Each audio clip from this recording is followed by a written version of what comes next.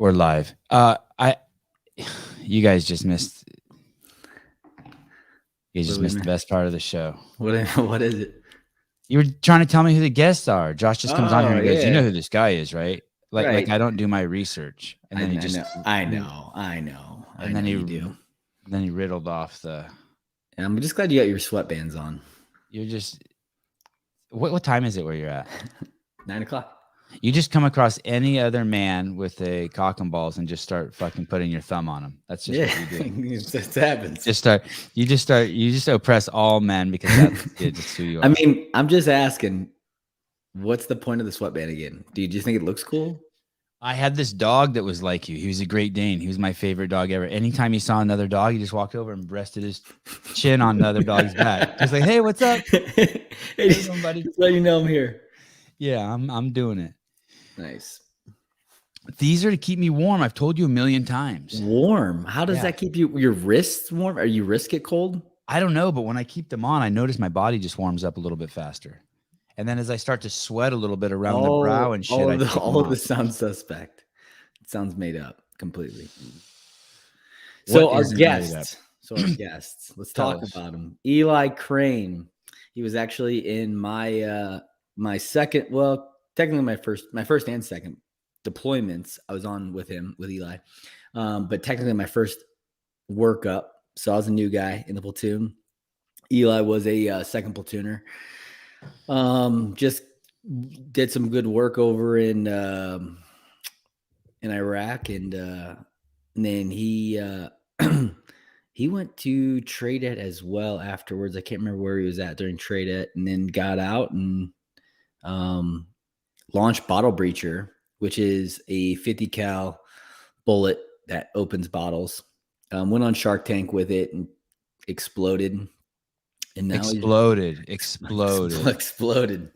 And now he's running for Congress. Super awesome. Yeah. Who would have thought? And he has 2 daughters. Yeah, 2 daughters. Yeah. It's trippy how many adult things he's doing. Yeah, right. I know. Yeah. But so I want to go back to and unpack some of the shit you said that just, I don't know. So you said that, so he was already I don't want to ruin his story when he comes on. Do you want to text him and ask him? Yeah, let me text him. I thought you guys were like punctual, like you military guys. You said he was on, and then you told him we were going to go live for like 7 minutes, and he left, right? And he vanished. Yeah. Maybe his internet. He didn't pay his internet bill. It could be.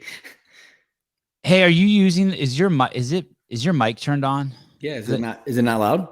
No, it's loud. It's just a little echoey, and it feels like you're talking to your computer. It might be because of you want to make sure that it's actually pulling from my. Yeah, you check the and Eli comes on and hawks a loogie. Perfect. This show's awesome. Oh, it is my computer. How do I get that to do? That's just SEAL stuff. Josh comes on the show and immediately starts just ridiculing me and putting his thumb on my back and talking down to me. And his platoon buddy comes on and clears his throat and just hawks a look. That's right. Good shit. That's how we do it. Don't worry about it. You guys are making it for all my estrogen. All my estrogen. There's a lot going on in here. All right, it says on the. So Eli, you were already in. And I'm gonna fix Eli's. Eli, what's your Instagram so I can punch it in down here? It's Eli Crane, CEO. How's that? Does that look right? Let me look. Sorry, man. Retarded. No. This is your show. We're just in it. This is your dream.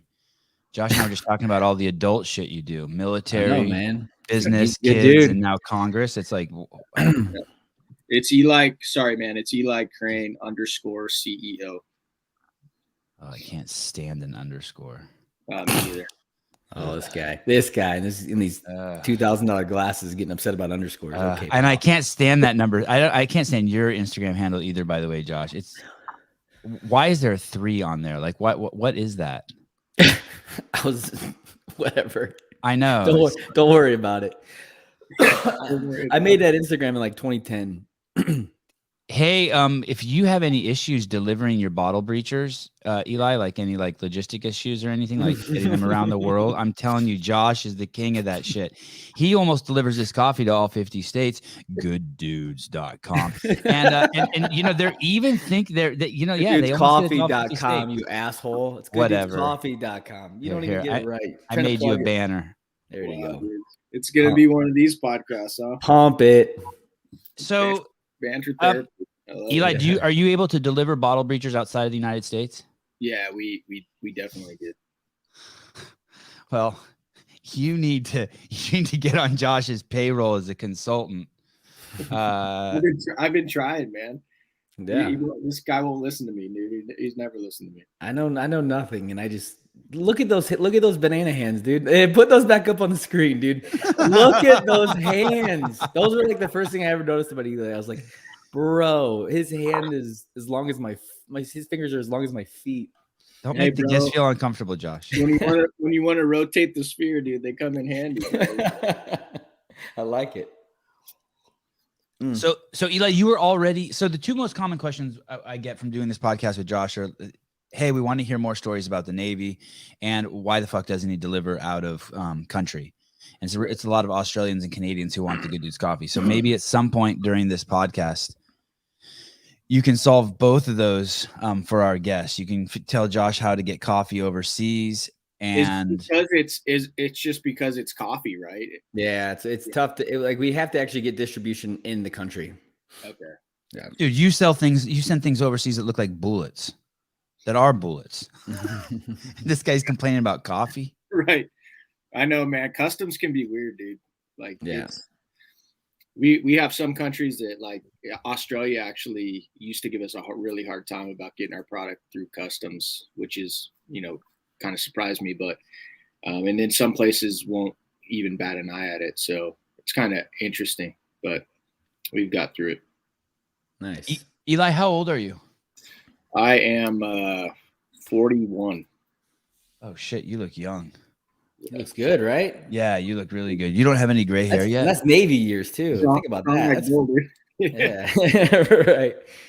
You don't have any grays, Eli? A few, but not a lot, man. My wife's kind of disappointed, man. Jen wants me to go full gray, dude. She likes the gray hair.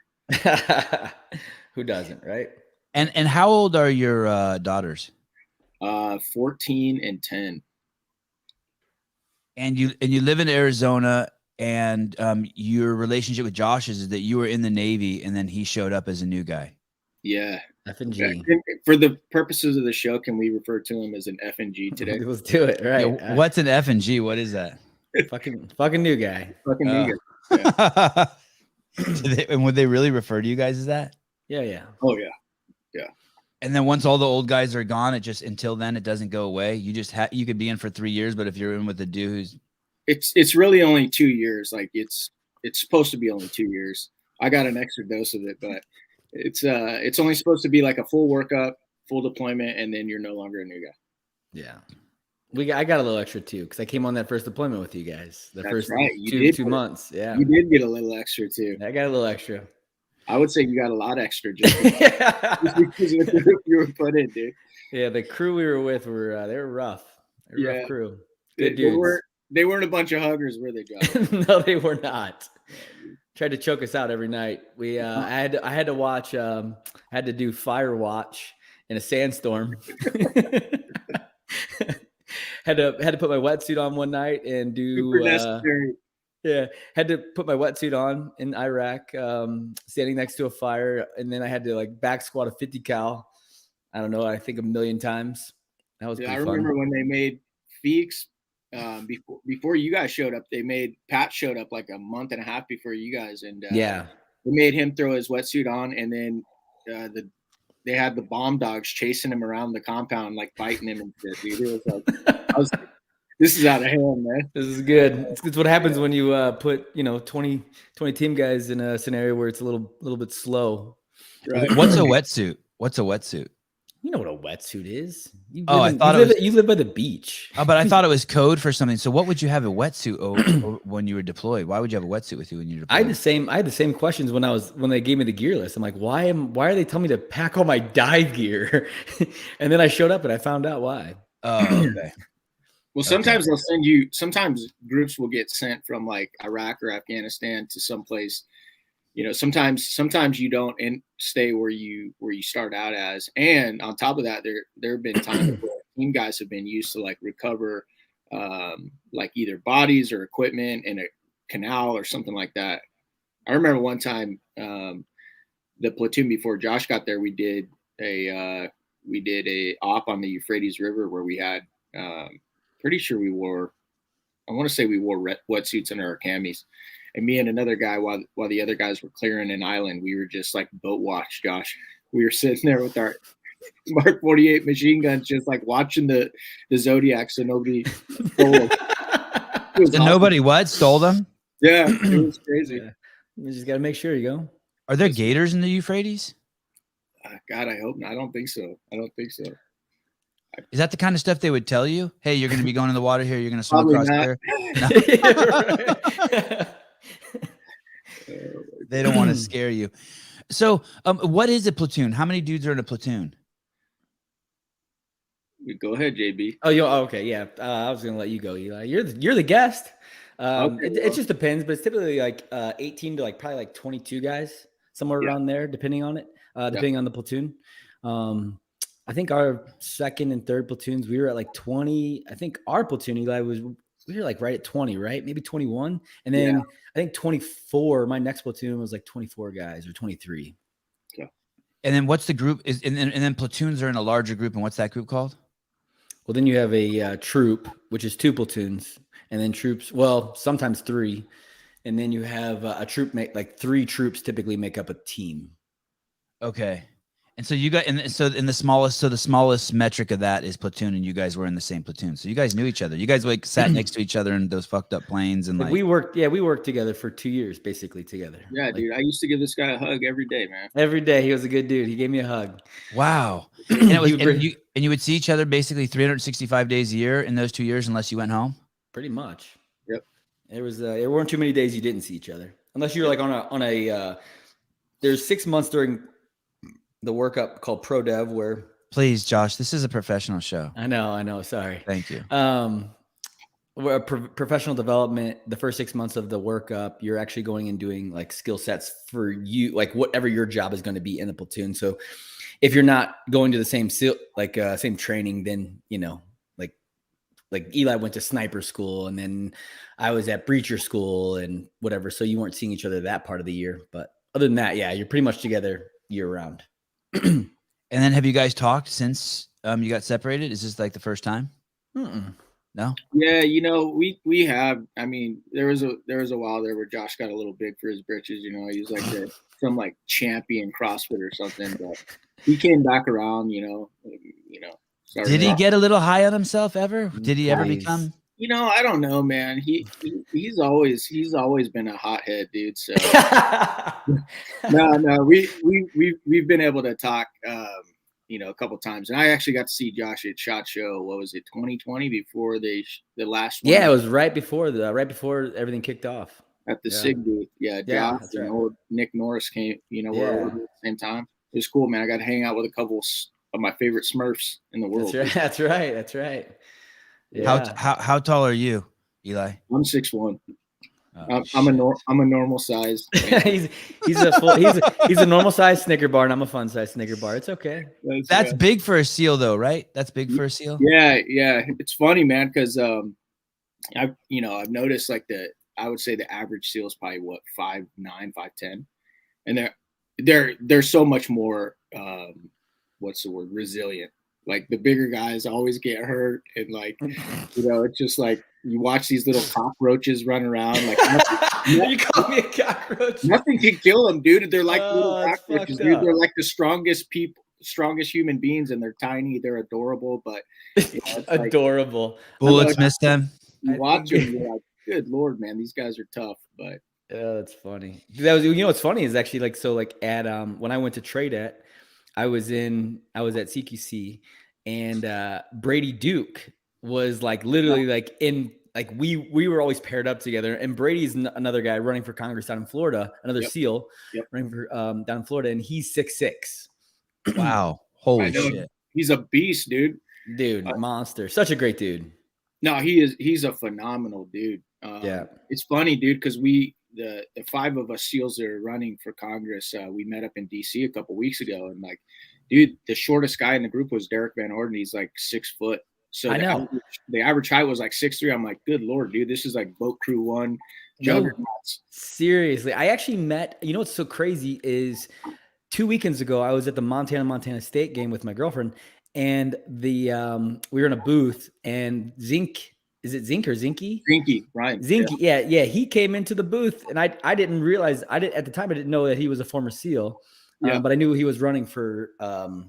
Is it governor? No, he's running for Congress too. Oh, Congress. Okay. Yep. He was a congressman in Montana. Then he was the Secretary of Interior, and now he's running for Congress again. So. Nice. Yeah. Good dude. Yeah. Just came in, shook hands, and. I knew who he was, but I didn't realize that he was a former team guy. Yep. Eli, in 1971, veterans made up 71% of Congress and 78% of Senate. That's in 1971. Flash forward to what year is it? 2021. Shithole.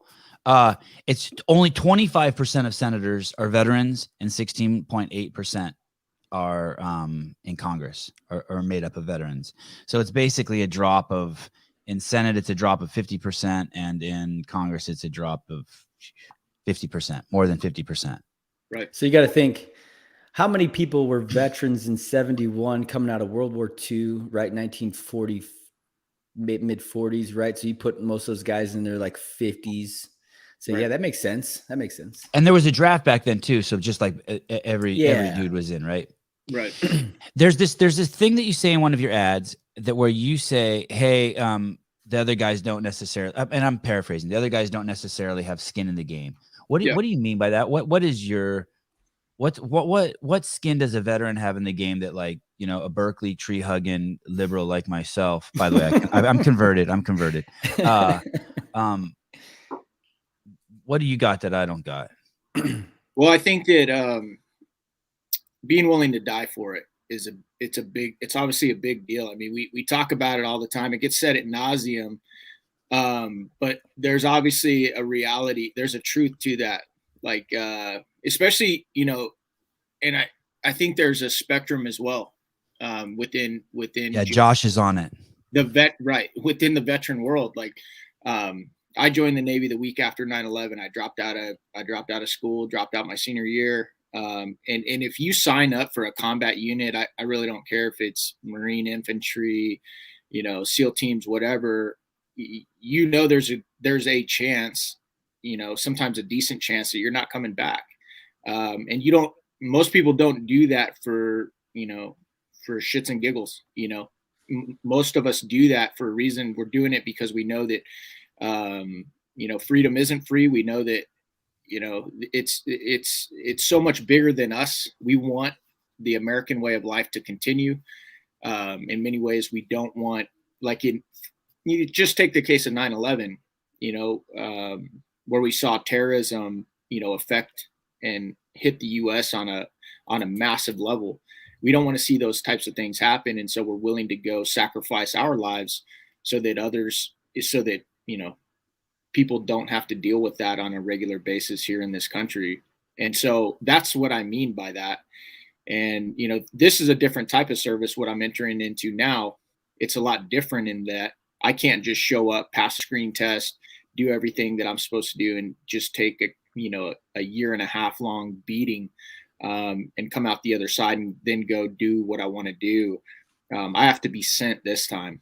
And so, it's different, but in the same way, you know, it's a pretty brutal world. And, you know, I think it's necessary.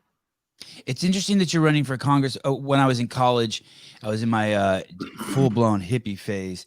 I was walking the earth thinking I was Jesus Christ. barefoot and homeless. And I told my dad, I'm like, I wish I had something to die for. I want a cause to die for. And my dad, that? You yeah, serious? This is yeah, a serious story? yeah, Okay. true story. And my dad said, hey, why don't you find something to live for? And here we have Eli Crane in front of us who did both. He went overseas. He is it called enlisted after 9/11? Yeah. Joined after 9/11, which sounds insane to me. It makes me think, like, I'm curious what kind of response that is. Is that an emotional response, an intellectual response? But and then so that's something he's willing to die for. And now flash forward, that was 2001, right? September 11, 2001. So flash forward 20 years, he's got 2 daughters and he's running for Congress, and he has nothing more important now to live for. And if you don't have kids, maybe that's a little bit hard to understand, but I'm guessing he's flipped the script. That is maybe the young man's journey. I want to die. I want a cause to die for, right? That's the 20-year-old. Like, and Right. now as a 41-year-old, more sophisticated, and you got kids, you got to like stay healthy and live as long as you can and make the world a better place for 2 daughters. Is that a fair picture? Yeah, it absolutely is. And I want to, clarify something. Just because you're a veteran doesn't mean you're not going to sell it out like a lot of people do, right? They're just people. Yeah, it doesn't mean that like you're some superhuman or anything like that. It doesn't mean you're not affected by corruption and, wickedness, evil, however you want to say it. But the way I see it is, if at one point in your life you were willing to die for it, it makes it harder to sell out. It's just because you had skin in the game, that this is bigger than you. I think that the world, when you go back and you look at the historical rates that you just brought up of how many veterans used to, make up Congress, I think the world was a different place. And I think that was a big part of it. And so I want to see that happen again. We're seeing it happen again. I'm not the only one. There's 5 SEALs running, actually 6 of us running, around the country. You've got Brady, we were just talking about in Florida. You got Morgan Luttrell in Texas. You've got Derek Van Orden in Wisconsin, Ryan Zinke in Montana. Then you've got at least 3 special forces guys that I know of that are running. And isn't Ogden running? I thought Ogden was running too. Am I wrong? Jared Ogden? Not that I know of. Okay. That must have been, I must have heard that wrong then. Yeah, I'll have to text him and ask him. But I haven't heard that. But one of the more impressive guys that I've heard on, talk radio and other shows is a guy named Joe Kent. He's a SF dude running up in Washington, lost his wife, who was a service member herself. I mean, the guy's just phenomenal. And I'd vote for that guy all day long, And so I think it's important, that we have men and women that were at one point willing to die for it, who are recognize what the threat is, where it's at, and are willing to jump back into a nasty world, because politics is a nasty world. Most, a lot of good people won't even do it because they just don't want their reputation dragged through the mud. And that's something that doesn't escape me. It's not something that I want to drag my family through, my wife and, my little girls, but there's a part of me that looks at the direction and the trajectory of this country. And I say to myself, well, if guys like me don't do it, then they're not going to have anything really, definitely not to the equivalency that we grew up with when I look at freedom and opportunity and prosperity. And so that's why, to me, it's, it's kind of an easy decision. It is pretty bad these days. When we were kids and people were running for office, they'd be like, well, look here, we have a picture of Eli smoking weed behind the bathroom in the 8th grade. And that would be like the worst thing they could do to tarnish your reputation. Yeah. Now they'll just make shit up. Right. Now it's just like anything. When he was overseas, they ran ahead and breached a building and Eli was back talking to his wife. And it's like, what? Like, yeah. And that's hard, man. Like, JB knew me for, several years. He knows I'm not perfect. My stuff stinks like everybody else. But at the same time, I've worked really hard over the last couple of decades to build a reputation of, us being a stand-up guy. And I know that that's about to be tarnished. It's going to be dragged through the mud. And I'm, it's not something that I take lightly. It's not something I'm okay with. But if that's what it takes to make sure that my kids and your kids grow up, with freedom and opportunity, then I'm all about it. Eli was one of the there was in the platoons, right? When you come in as a new guy, it was it was a interesting dynamic, right? Because every person that you were in there with had done you felt really proud of what you just accomplished, right? You just went through BUDS and SQT and you earned your trident. And you're very proud, and your family, everyone's telling you how awesome you are and patting you on the back and telling you great job, whatever. And then you get to a platoon and it's like complete opposite. Now you're just a guy who's done nothing more than anybody else has done in there. And these guys have all now been on deployments and done really heroic things and great things. And so you have to like completely change your mindset of being like, okay, back to square one again of training. And then there's some guys in the platoon who are awesome and like will come up to you and basically like, obviously you're going to get shit, right? It's a new guy and you should, right? You have to like kind of earn your, whatever, your stripes or whatever you want to call it. But, you have guys who come in and they actually want to help you grow as a SEAL or a team guy and make you be the best team guy you can be and share the knowledge that they've experienced over their journey, whatever that is. And Eli was one of those guys, right? Who would pull you in on the side and, give you any information he could, or you could ask him questions. And there were other guys who just weren't that way. And it is what it is. It's not a dink at them. It's just whatever maybe that's how they were treated when they first got into their platoons and stuff like that. So Eli is a phenomenal dude and has the biggest hands I've ever seen. So there it is. Eli, how many people take the path that you took? And if I understood the path correctly, you went in, I don't know, am I using the right term when I say enlisted, or should I just say join? Yep. Okay. So you enlisted into the Navy after 9/11. You wanted to be a SEAL. You took the fast track route to become a SEAL, and then bam, you get stopped. And it sounds like if you get stopped, not only do you not become a SEAL, but you have to take some shit job. It's like now all of a sudden it's like you're like, if you try to cut in line and you don't make it, then you don't get to go back with everyone else. They fucking send you like way, way, way to the back. Yeah, can you explain that? And then why would you try again? And how many people actually do take that double shot that you took and make it? Well, I think a lot more, it used to be a lot more accessible if you failed your first time, like I did. When I went through, there were guys that it was like their third or fourth time, so then once, Josh, like, and I noticed like, when we got Josh, I think we got 11 new guys. Yeah. When Josh came in, and we were all kind of skeptical. We were like, man, that's a lot of new guys, but these guys were phenomenal. I mean, obviously they were green. They didn't know a lot, but as far as like just caliber wise, and I mean, just performance wise, these guys were phenomenal. And I think one of the biggest reasons is because you started to see SEALs that had been at war were getting out, either writing books or whatever about their experiences. Basically, the SEAL teams went from just because I think there was a dark era where, as far as there wasn't a lot of wars going on, the SEAL teams, a lot of people didn't even know about them. And then you have Iraq and Afghanistan kick off. You have 2 decades of war going on, and then you have guys getting out, just like in Vietnam, and they're telling their stories. And their SEALs were in the media a lot. And so I think that really started to generate a lot of awareness around the country. And you started to see a lot of just high caliber, guys in all different walks, in all different worlds, go towards the SEAL community to answer that question that we all have. And that is, do I have what it takes? Right. And so we got some phenomenal guys. And when that started happening, you could no longer, because all the seats and the spots were filled up with so many guys streaming in, you couldn't just go back, 2, 3, 4 times. And thankfully I went back. My first BUDS class was 242, and that would have been in 2002. I actually made it through Hell Week the first time, and then got performance dropped a week and a half later. Oh God, that sucks. Yeah, it was brutal, but you know what? I deserved it. And like, I can take you through that. We actually, a week and a half after Hell Week, we do this evolution. It's called life saving.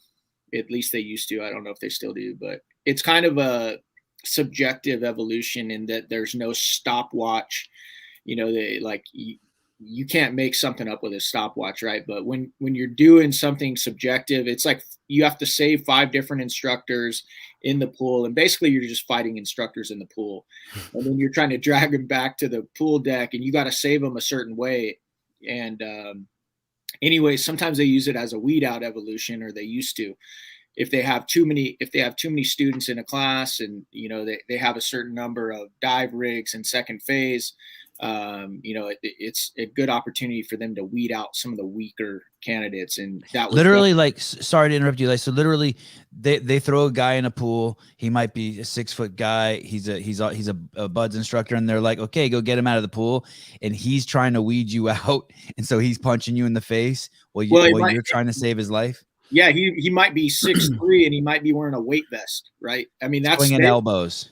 They don't play, man. It's like, it's game on. And, okay. And that was the evolution that I failed. And they brought me to an academic review board, and they're like, look, young man, you're tough. You made it through Hell Week, but we need the best of the best here. You failed to run. You failed to swim.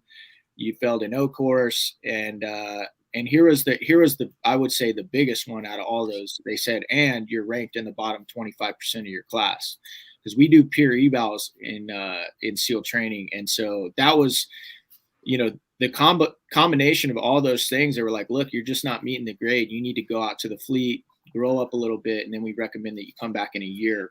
And they even say that. They say that, come back in a year. Yeah, do you want to start crying when they do that? It's pretty brutal, man. But it's like my first reaction, I'll be honest with you, and I hope this is a teachable moment for some of the people listening, but my first reaction, I think, was what a lot of our reactions are when we get hit by something like that and we're not mature yet. My reaction was, oh, this isn't fair. Because my roommate had failed everything that I'd failed, was ranked where I was ranked in our class, and they kept him and they dropped me. And I was like, yeah, how did you make it through, dude? But it's like, and he went on, and he didn't pass his last third phase swim, and so he got rolled out too. But the bottom line is like, my first reaction was to not take ownership or accountability for my failure, and to try and blame it on somebody else. And it took me about a year before I could take ownership of it and be like, nope, that's what I deserved. That was on me. If I would have showed up in better shape, if I would have been less selfish and more selfless, I wouldn't have been ranked where I was in my class. And so I got an opportunity to come back. Unfortunately for me, I didn't get a comeback in a year. I had to spend 2.5 years on the USS Gettysburg. But what is that? Is that an aircraft carrier, or what is that? No, brother, that's a guided missile cruiser. And so, but I met a lot of dudes. How many dudes are on that boat? Like 400. And but it was like a floating prison. But I'm grateful for it, because, it just made me stronger. And it made me really think about, all right, what did I screw up? How can I do a better job of it next time? And I think that a lot of times the gold in life is in our failures, our adversity, and how we deal with them. And, that was just one of many, many failures of mine.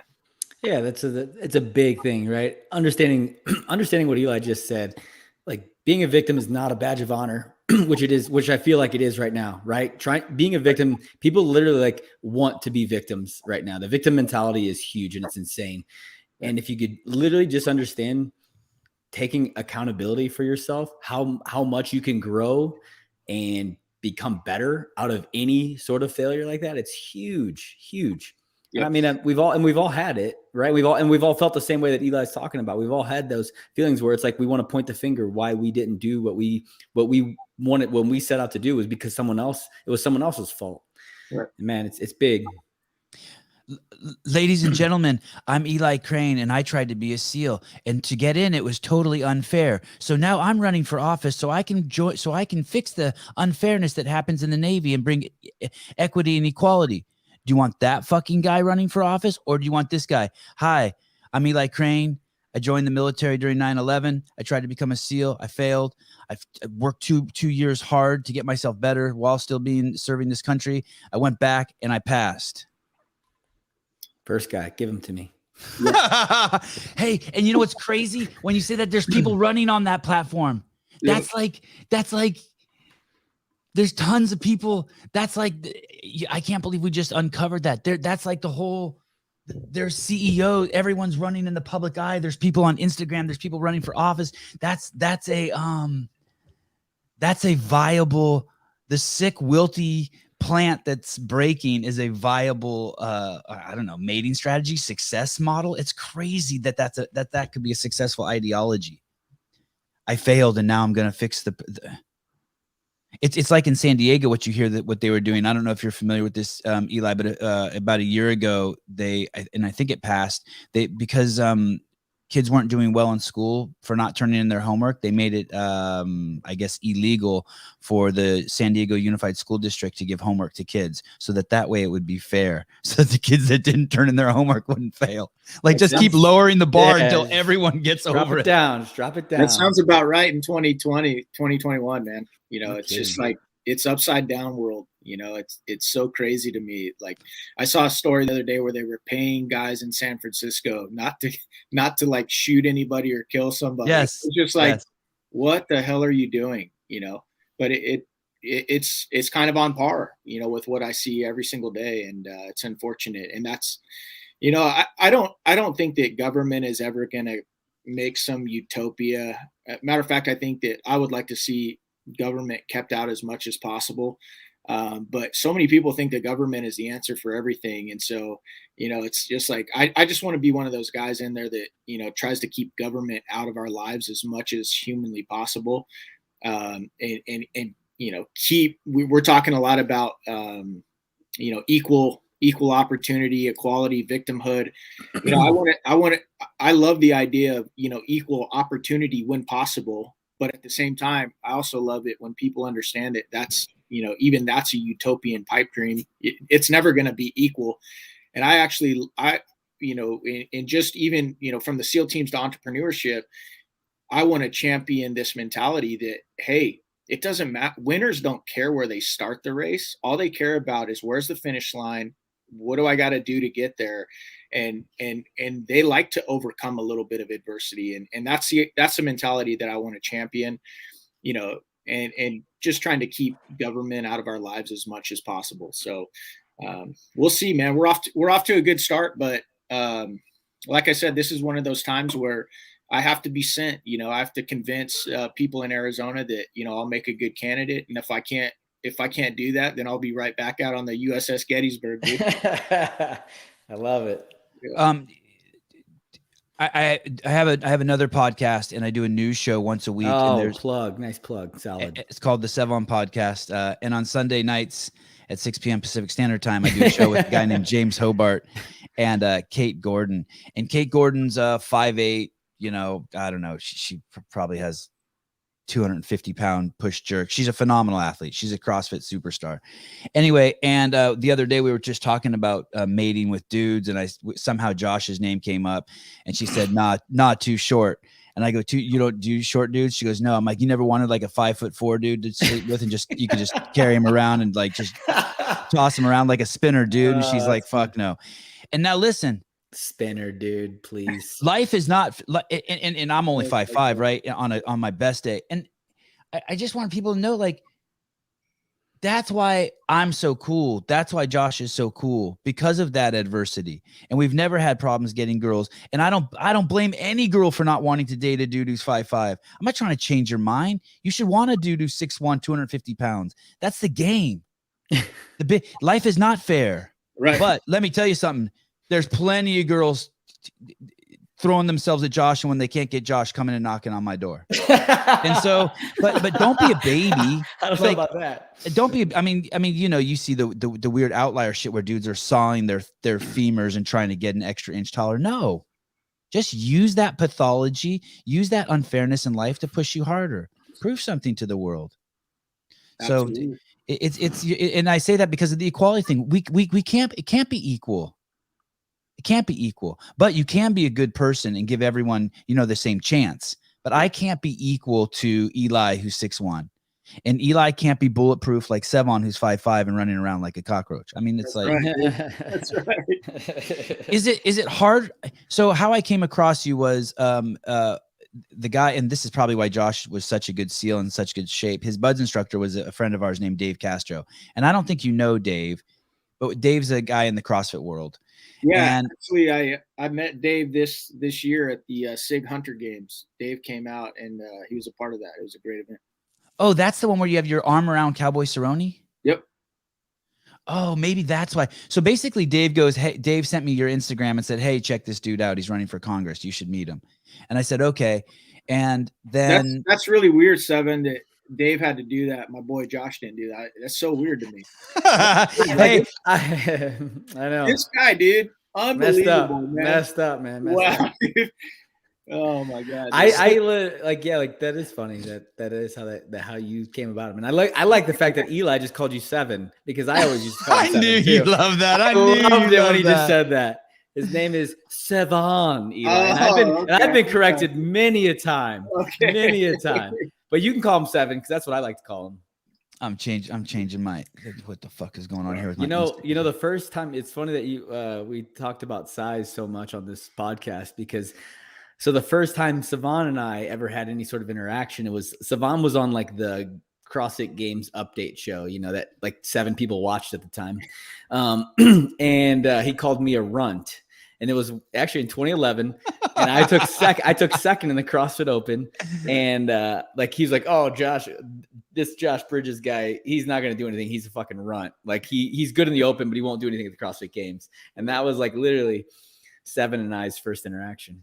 And it got to me very quickly here. And at the time I was this dirt twirling Berkeley hippie, and it got to me, hey, that dude Josh is going to fight you when he sees you. And I'm like, oh shit. Right. That's right. Yeah. Is it so Dave mentioned you, and in Josh's defense, Josh had that boxing match over in Dubai, and don't give him an out. I need an out. He did kind of vanish. I'm a victim. I'm a victim. We'll be talking about that offline, Josh. Right? I'm not gonna hold myself accountable here. I'm a victim. Right? Yeah, you're a victim. He vanished for like 3 months at that time. He used to always answer when I called, and then when he started training for boxing, that stopped. And then there was like a 2-week period where he answered the phone again, and now he's got a girlfriend, so he's not answering the phone again. But anyway, so I said, hey Josh, I'm gonna have this dude on my podcast. Unless you want to bring him on to the podcast with you and I. And I sent him his name. He goes, dude, I know this guy. And I'm like, you do? He goes, yeah, I'll just reach out to him. And that's basically how you got here. So then as I start researching you, I hooked you up, Eli. Don't worry about it. Bro. Yeah, no. Don't worry Stellar job, dude. I nailed it. I nailed it. Is it as I know Josh, I know Dave, I'd say 80% of the SEALs that I've met in my life, they really don't want to talk about being a SEAL. Josh and Dave are my two closest friends who are SEALs, and they do not want to talk about it. And when I see you talk about it in your ads, I wonder if that was hard for you. I wonder if that's hard for you to share.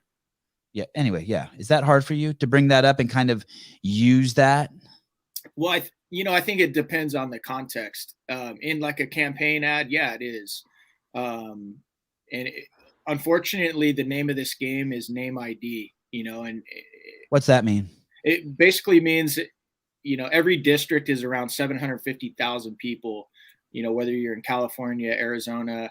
And at the end of this campaign, a lot of people that, don't know who I am, don't really know my story, they're going to go to a ballot box in their location, and they're going to look at a ballot that's got probably 20, 30 names on it. And they're going to be like, who's this? If I can't raise enough money, raise enough name ID, going around all over the place to run the commercials, run the digital ads, send out mailers, etc.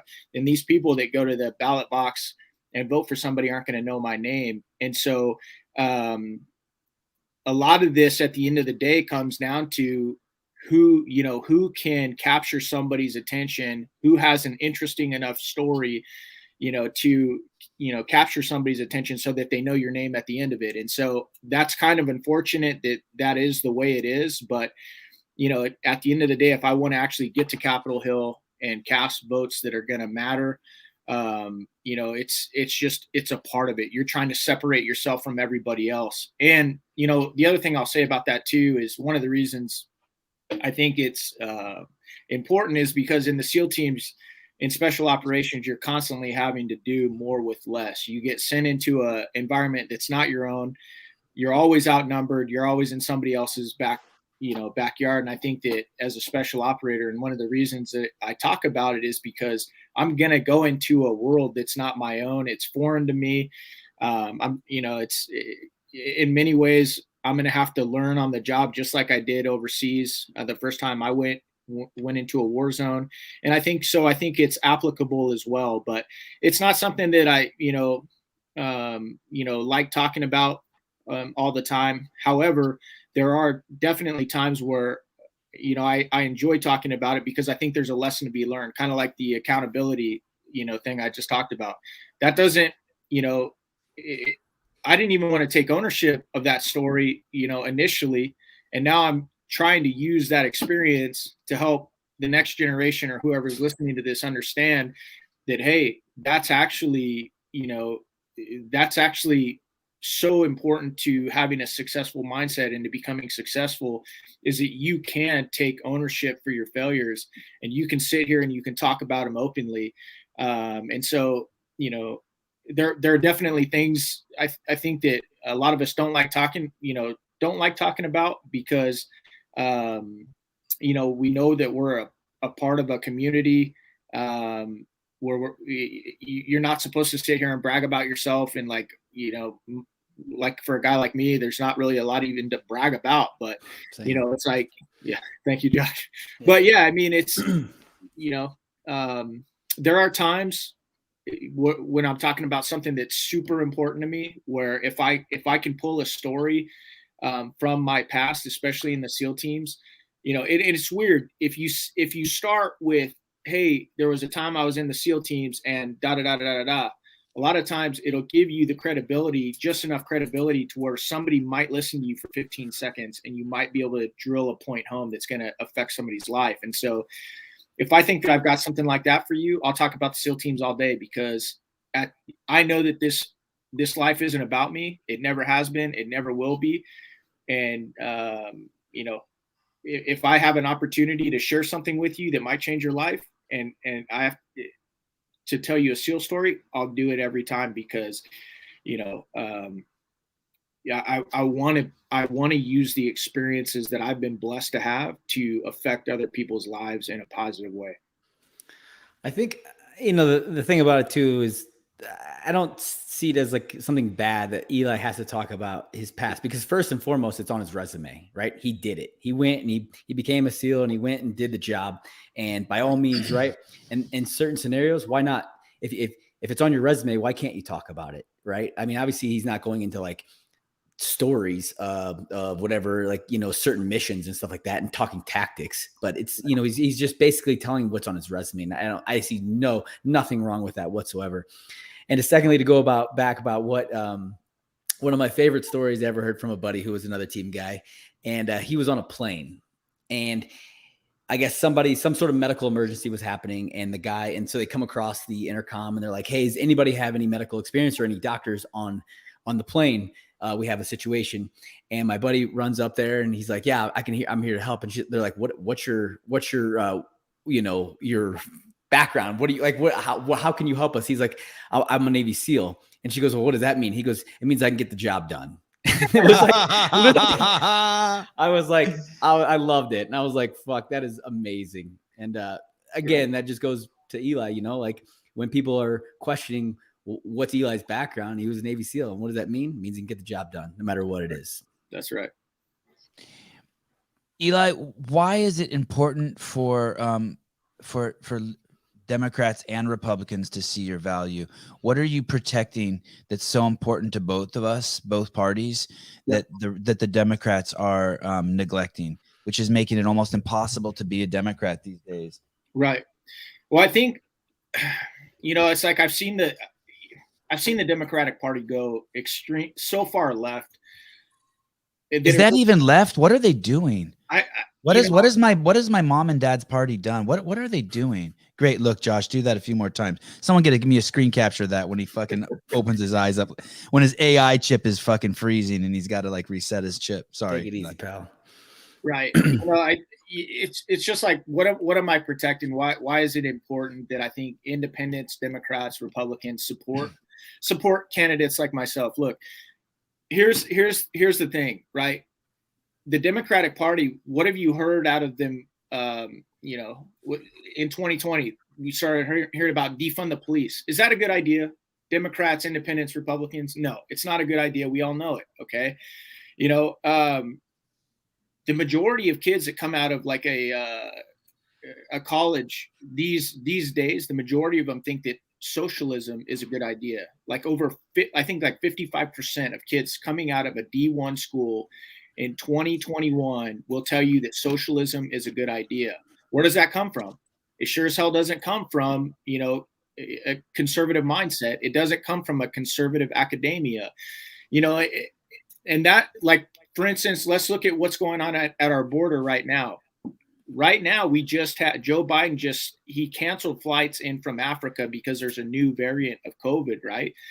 But does it even matter, because we don't even have a southern border? And if you go talk to Border Patrol agents, they'll tell you that people are from all over the world are coming through that southern border every single day. And so it's like, at the end of the day, guys, the way I look at this is like baking a cake or something, right?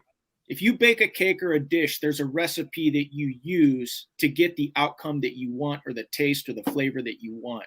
This country is no different. There are ingredients that we use to create the greatest, most free, prosperous country in the world. And at the very root of the word conservative is conserve. A guy like me, all I'm trying to do is conserve what we have and keep those ingredients installed in the recipe that created so much freedom and opportunity. You know, like, I love all people. I went overseas and me and Josh were fighting for Iraqis, right? So that they could have free and fair elections. Did it work? No, it didn't work. Okay. But it's like, I love people. I don't care what skin color you are. I don't care who you pray to. I don't care about any of that. I want you to have the opportunity to come here, say what you want to say, have the opportunity to start a business if you want, provide for your family, vote any way you want to. But what I see going on in this country right now, especially coming from the radical left, it's very destructive in my opinion. And it's not going to keep those ingredients, that framework in place to keep my kids and your kids free and prosperous. And honestly, I don't care if you're a Democrat, Republican, or independent. Many people in my family are Democrats, okay? But I think it's important that we elect candidates that are pretty level-headed, that have some skin in the game, and have shown a history. And this is the most important one to me, okay? If you have a history of showing that you will do the right thing, what you feel is the right thing, when you know it will cost you, that's the most important thing to me. Because I could close my eyes, throw a rock, and hit 10 people that are smarter than me. Okay. To me, it's not a question of intelligence or experience. Those things are important to me. It's a question of how corruptible are you? How easy is it going to be for you to go into that new system where they say, hey, Eli, come over here for a second. Hey, man, I want you to vote for this bill right here. I know it's not good for your constituents, but if you do what I'm asking you to do, I've got a lobbying job on the back end of this that will pay you 7-8 figures. You'll never have to work another day in your life. You will be in on all of our schemes. And, it's like, how corruptible are you? Do you have a lineage and a history of doing the right thing when it counted? And, it's like, for me, I look back to, dropping out of my senior year, joining the Navy the week after 9/11 and saying, hey, send me into the worst of it. That's what I want, because I think it's the right thing to do. And whether you agree with that decision or not, that's what I ask Democrats, independents, and Republicans to look at when they're looking at candidates. Will this individual do the right thing when it's going to cost them? Because if you won't do it, if you don't have a history of doing it now or in the past, you won't do it then. And you'll just be another politician that sells us out the moment that it is beneficial to you. You think that's really what's happening up there? Yeah. People go in there with the good ideas, the right mindset, and then they don't have the integrity to stay the course. 100%. And that's the only reason I'm running, brother, because if I thought it was, hey, you got to go to all the right schools, or, be a constitutional theologian, I wouldn't be going. I think it's like, when I look at some of the stuff that we're voting on right now, to me, it's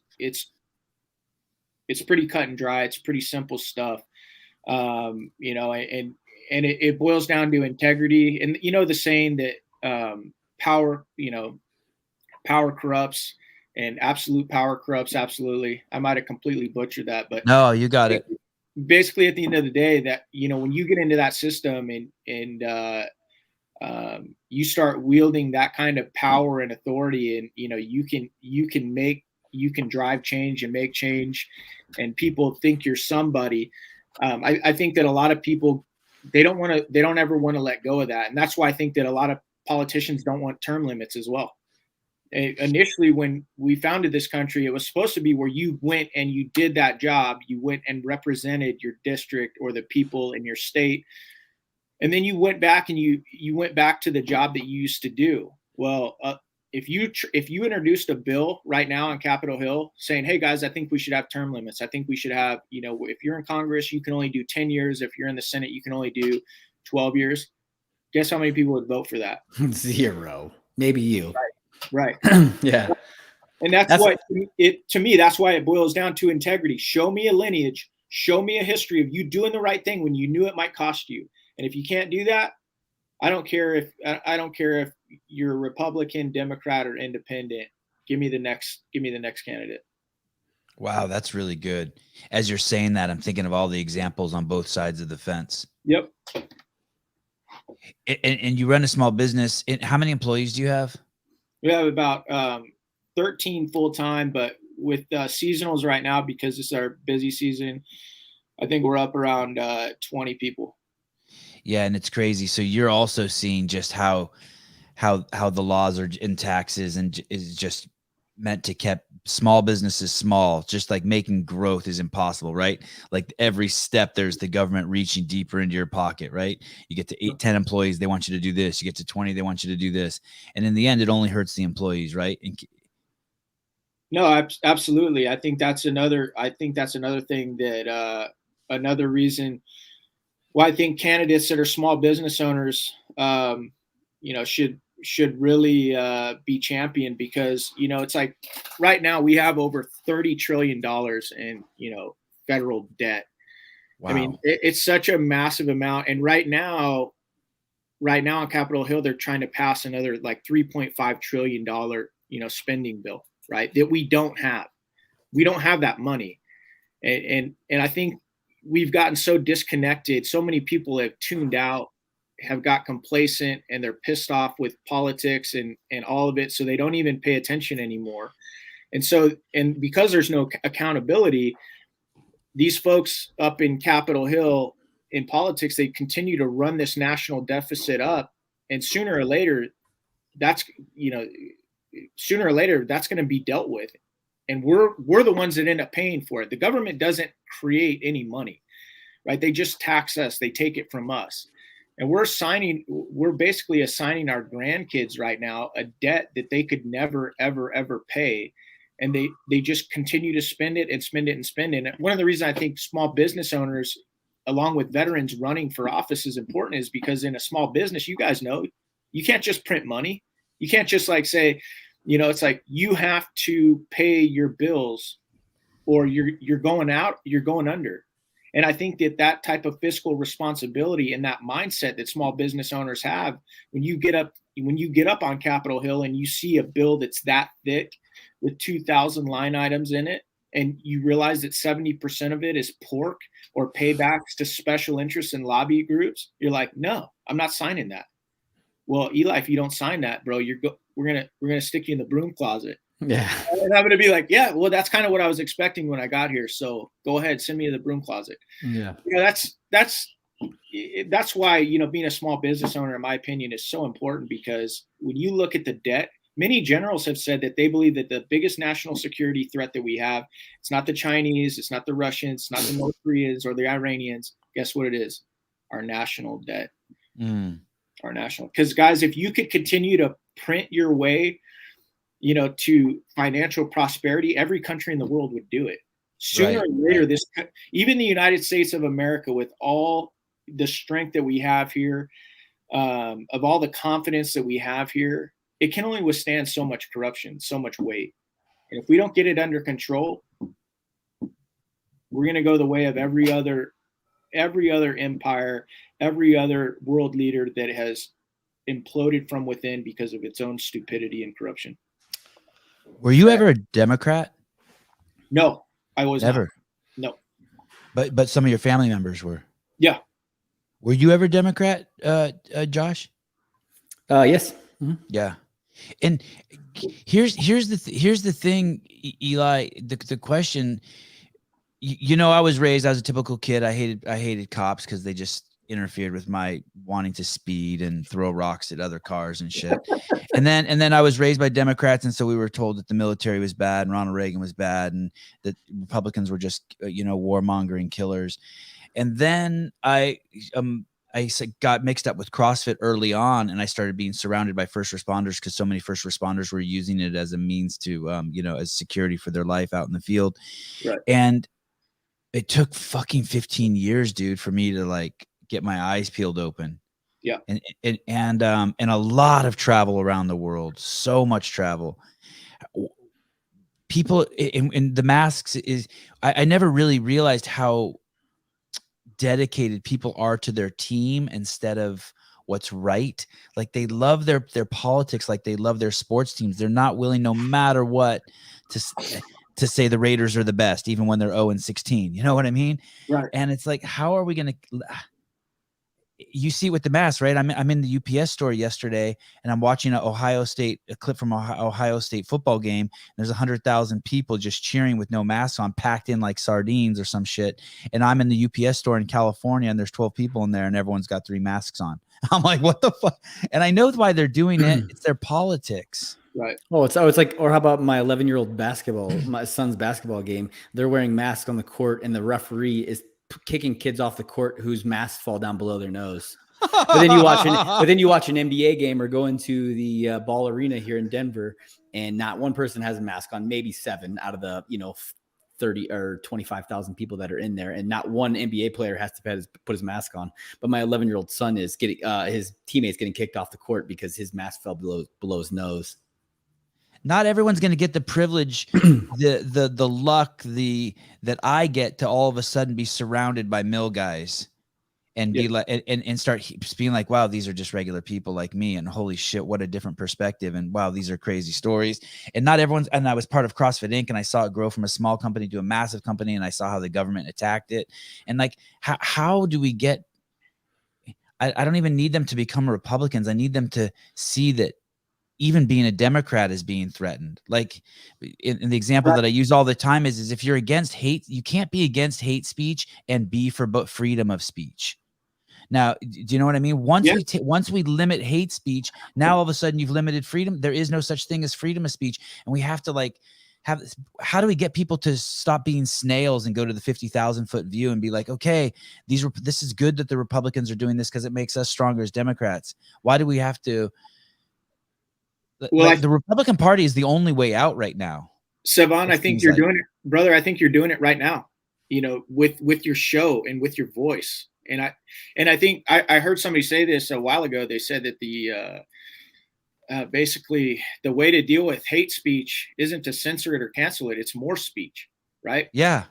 This is a war of ideology, right? It's a war of ideas. And if we don't have guys like you and Bridges, guys that have done things that people look up to, out there making a case for the better idea, the better way, or you get censored to the point where you can say everything you want to say, but you're it's being throttled. The viewership is being throttled. Then sooner or later, what it breaks out into is full blown tyranny. And I know that that's hyperbolic. A lot of people are like, no way, Eli, it could never go there. Yeah, that's where it typically goes. If you're a student of history, mankind, this United States of America that we have, it's a pretty awesome experiment, but it's very unique, right? and I know a lot of people don't like our founders, but our founders, they could have tried to consolidate and keep the power for themselves. But when they wrote those founding documents, they actually tried to give the power to the people, we the people. And it's like, guys, this is really about one word. It's about, and you see it, you guys were talking about COVID. That's one, that's one issue where you see this. It's always about power. It's always been about power. Who has it? Because if we, the people, have the power, if we have the freedom to start small businesses and, keep them open, and we have the power to say, hey, I'm going to take care of my own health. Thank you. It's like they don't have the power. And that's always been the struggle, between, those that want to lead and control and oppress people, and people that just want to be free. And it's like, to me, that's what this is about. And so that's why I'm doing something that I never even wanted to. Josh, was there ever a day where we were in the Platoon space and I was like, hey, Bridges, you know what, dude? I'd love to run for Congress. Did I ever say that? No. Every day. I heard it every day. I'm going to leverage this deal shit to become a congressman. You know what's funny is what you even bring that up is because there were guys that you saw in the military and you were like, or in the teams maybe, and you're like, that guy one day might run for office. Like you could see it. And like, there are every guy that I know that's running right now is never a guy that I would ever have thought that would be the guy that's going to run for office at the time. Never. And the guys that, I thought, at least I don't know of any of them. Maybe Crenshaw just because of the way he talks, Yeah. I'm done, Crenshaw. So Dan was in our sister platoon. Yep. With us. So yeah. You're doing it, Sevan. You're doing it, brother. Just by keep it going, Sevan. I'll add a little on Sevan. I like it. I like being called Sevan, except I don't like that Josh likes it. It's Sevan, and it's You're okay. doing it, bro. I mean, this is what there's a lot of guys out there that are doing it. I mean, they're like, okay, what do I got? I got my voice. I'm gonna put it out there, and I'm gonna engage in that free exchange of ideas. And I think the big thing here is like, am I open-minded enough to look at my own policy, my own, echo chamber, and be critical of it? Because if you're not critical of yourself or your own policy or your own viewpoints, you'll never really believe, you'll never be a true believer, because you'll never have challenged your own beliefs and your own ideas. And so I think that, podcasts like this are so important, because, if we continue to see the censorship that we've seen, primarily from the left, shutting down any ideas and viewpoints that don't go along with the narrative, it's gonna just shrink and become a smaller and smaller echo chamber, to where only one group of thought and group of ideas will be allowed. And it's not good. Sorry. Yeah, that's the thing that these people who are trying to censor, I guess is the right word, censor these things that are being said on the right-hand side, or whatever they disagree with, whatever, like, that doesn't go along with their narrative. What they don't get is at some point, maybe their thoughts or their narrative is going to be censored because it continues to change. And that's that's what I don't understand. It's the hardest thing for me to get, is that they don't understand. They don't see that, right? That they're so front side focused that it's like, no, this is what needs to happen right now because this is my viewpoints. It's like, well, maybe your viewpoints might change and someone might not like your viewpoints and they become censored and they become restricted. And that's just a slippery slope you're going to go down if you want to run that race. And that's what if you could show someone that, like, that's, I hated Trump when he was kicked off of Twitter. Hated him. But when he was kicked off of Twitter, I fucking immediately was like, holy shit. Yep. That if that didn't wake you up, I don't know what would wake you up. Like, you can't kick the president of the United States off of one of the largest platforms that the rest of us are participating on. That should have scared the shit out of people. Every Democrat, everyone who hated Donald Trump should have been like, okay, that's because he wasn't saying kill the Jews. No, I mean,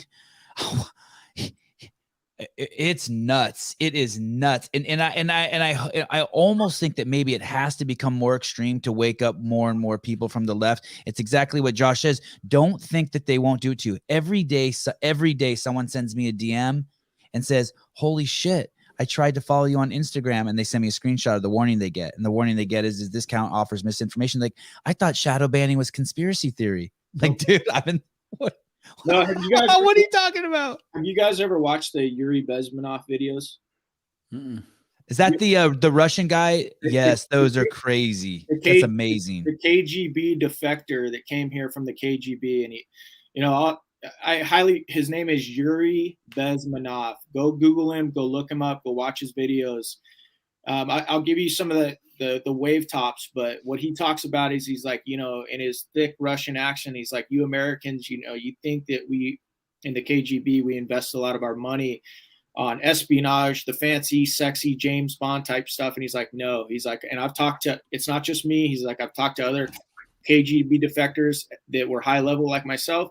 And he says, we only spent about 15% of our budget on espionage and that fancy James Bond stuff. He said, the majority of our funding, the majority of our resources, yep, there it is right there, went towards ideological subversion. And that's where they get into schools, they get into entertainment, and they start really pushing this, this thought police, these narratives, cracking down on freedom of speech, pushing, hey, that's hate speech, you can't say it. And it's like, guys, the most important time to support freedom of speech is when you're dealing with somebody who is saying something that you consider hateful. And I know that's hard to hear, but and I can't remember which one of you guys said it, but if you don't support people, I think it's the most important that you support freedom of speech when you're disagreeing with somebody.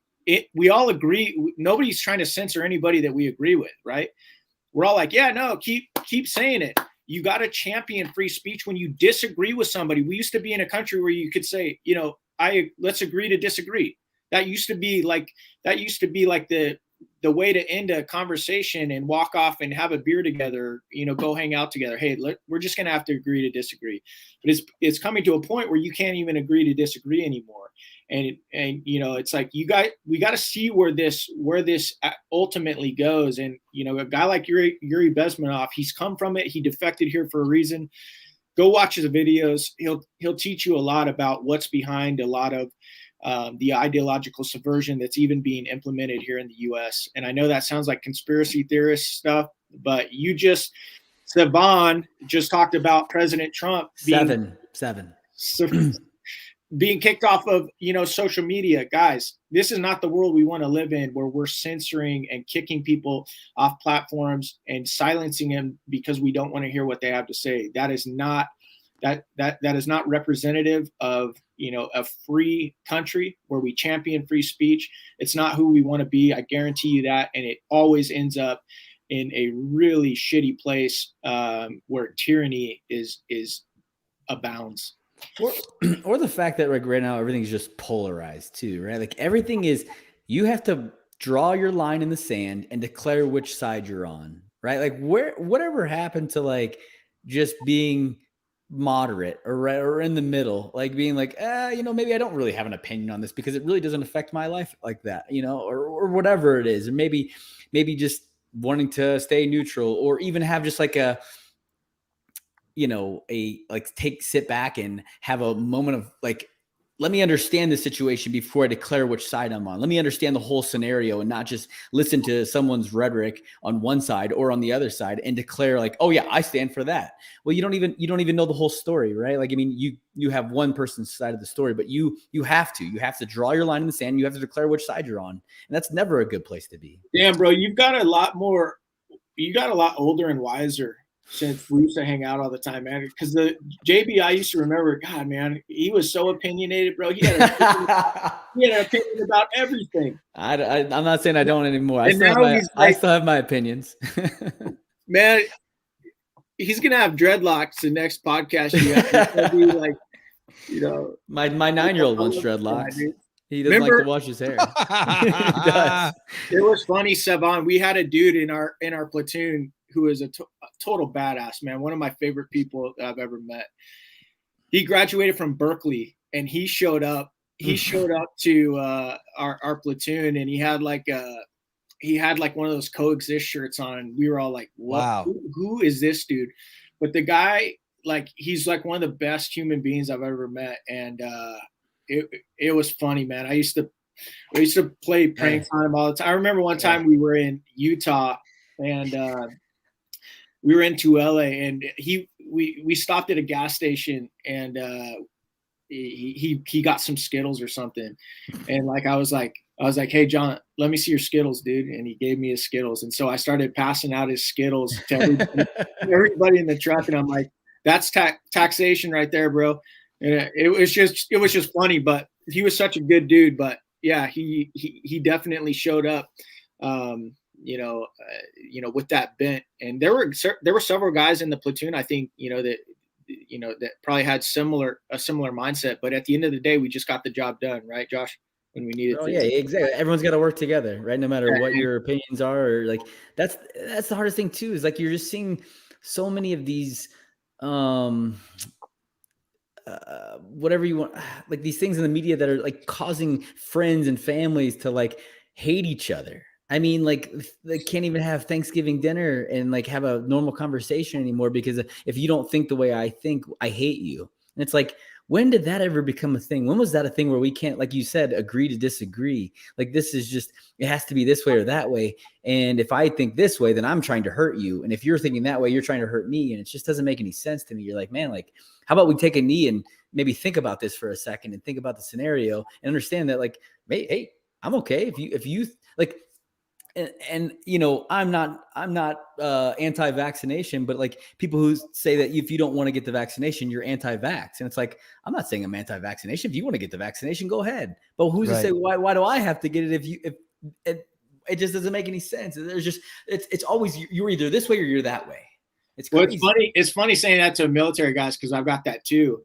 Like I probably got like 50 vaccinations in my body just because all the deployments I've done. And like, I mean, before you go on a deployment, it's like, hey, go down to medical, and it's like they give them to you like 10 at a time, man. Yeah. And it's like anthrax. You're like, I don't know, that doesn't sound good, but I tell people all the time, when you're day one of the military, you walk down a hallway and there are 8 people standing on. There are, I want to say it's 4 people standing on each side, and they literally jab you on both shoulders, and you just keep walking up and down the line. And you get like 8 or 10 vaccinations, like in literally like a 10-second ordeal. You're like, walk up, boom, both shoulders. Next step up, boom, both shoulders. Neck up, like boom, back. Yeah, and I'm anti, like whatever. It's crazy. Yeah. I want to read a comment here that Steve says, the Democrats, I recommend getting away from that, bro. Republicans suck too and will act just as evil. And I think that's what Eli is saying in the beginning. There's 2 things that I'm really taking away from this. We need people with integrity who are uncorruptible. And I appreciate your comment, Steve. You're probably absolutely right. And then the second thing is, as I listen to Eli talk, I realize it's not Democrats and Republicans. It's 2 other teams. It's people who want to work and make money themselves, and there's people who want to get a job with the government. It's basically, who do you want to be employed by is what I'm starting to feel. Because what they do is the government taxes us, and they use that money, right? Well, then those people are on the government dole.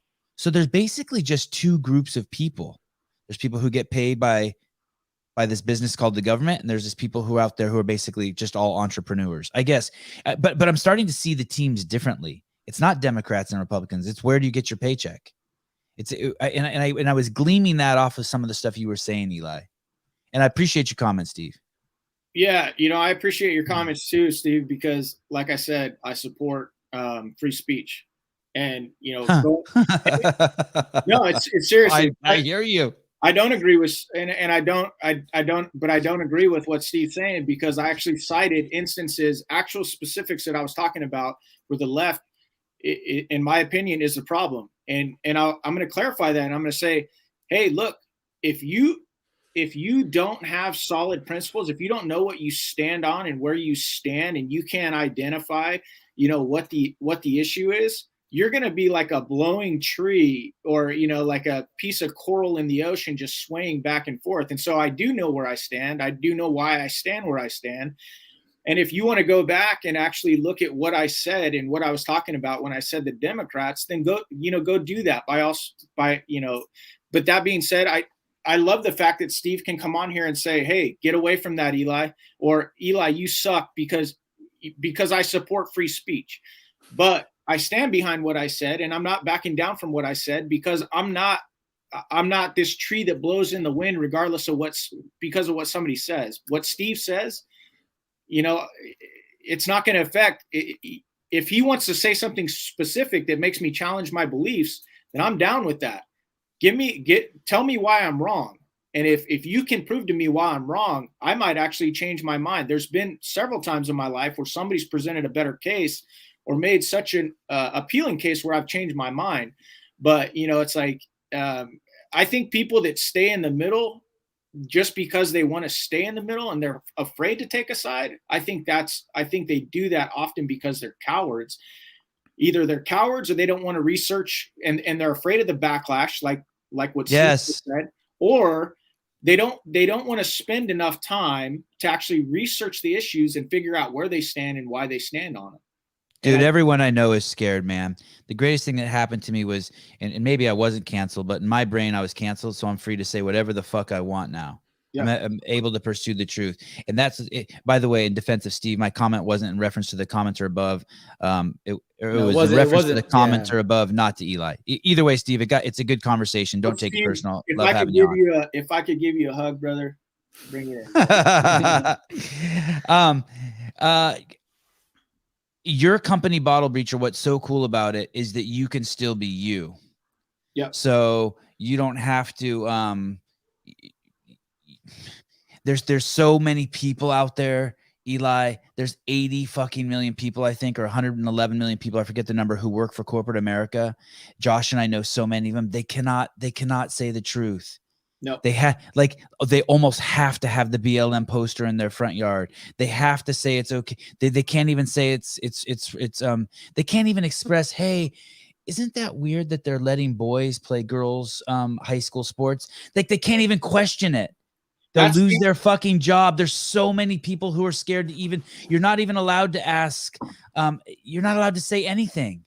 That's the ideological subversion I'm talking about, guys. You can't even have that idea. It can't even come out of your mouth.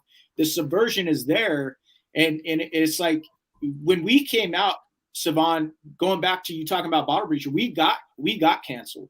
We got kicked off of Twitter. Awesome. I love it. We were one of the Shark Tank, darling companies. I was told that by the director himself. And then as soon as we came out saying, hey, we voted for Trump, boom, we got shut.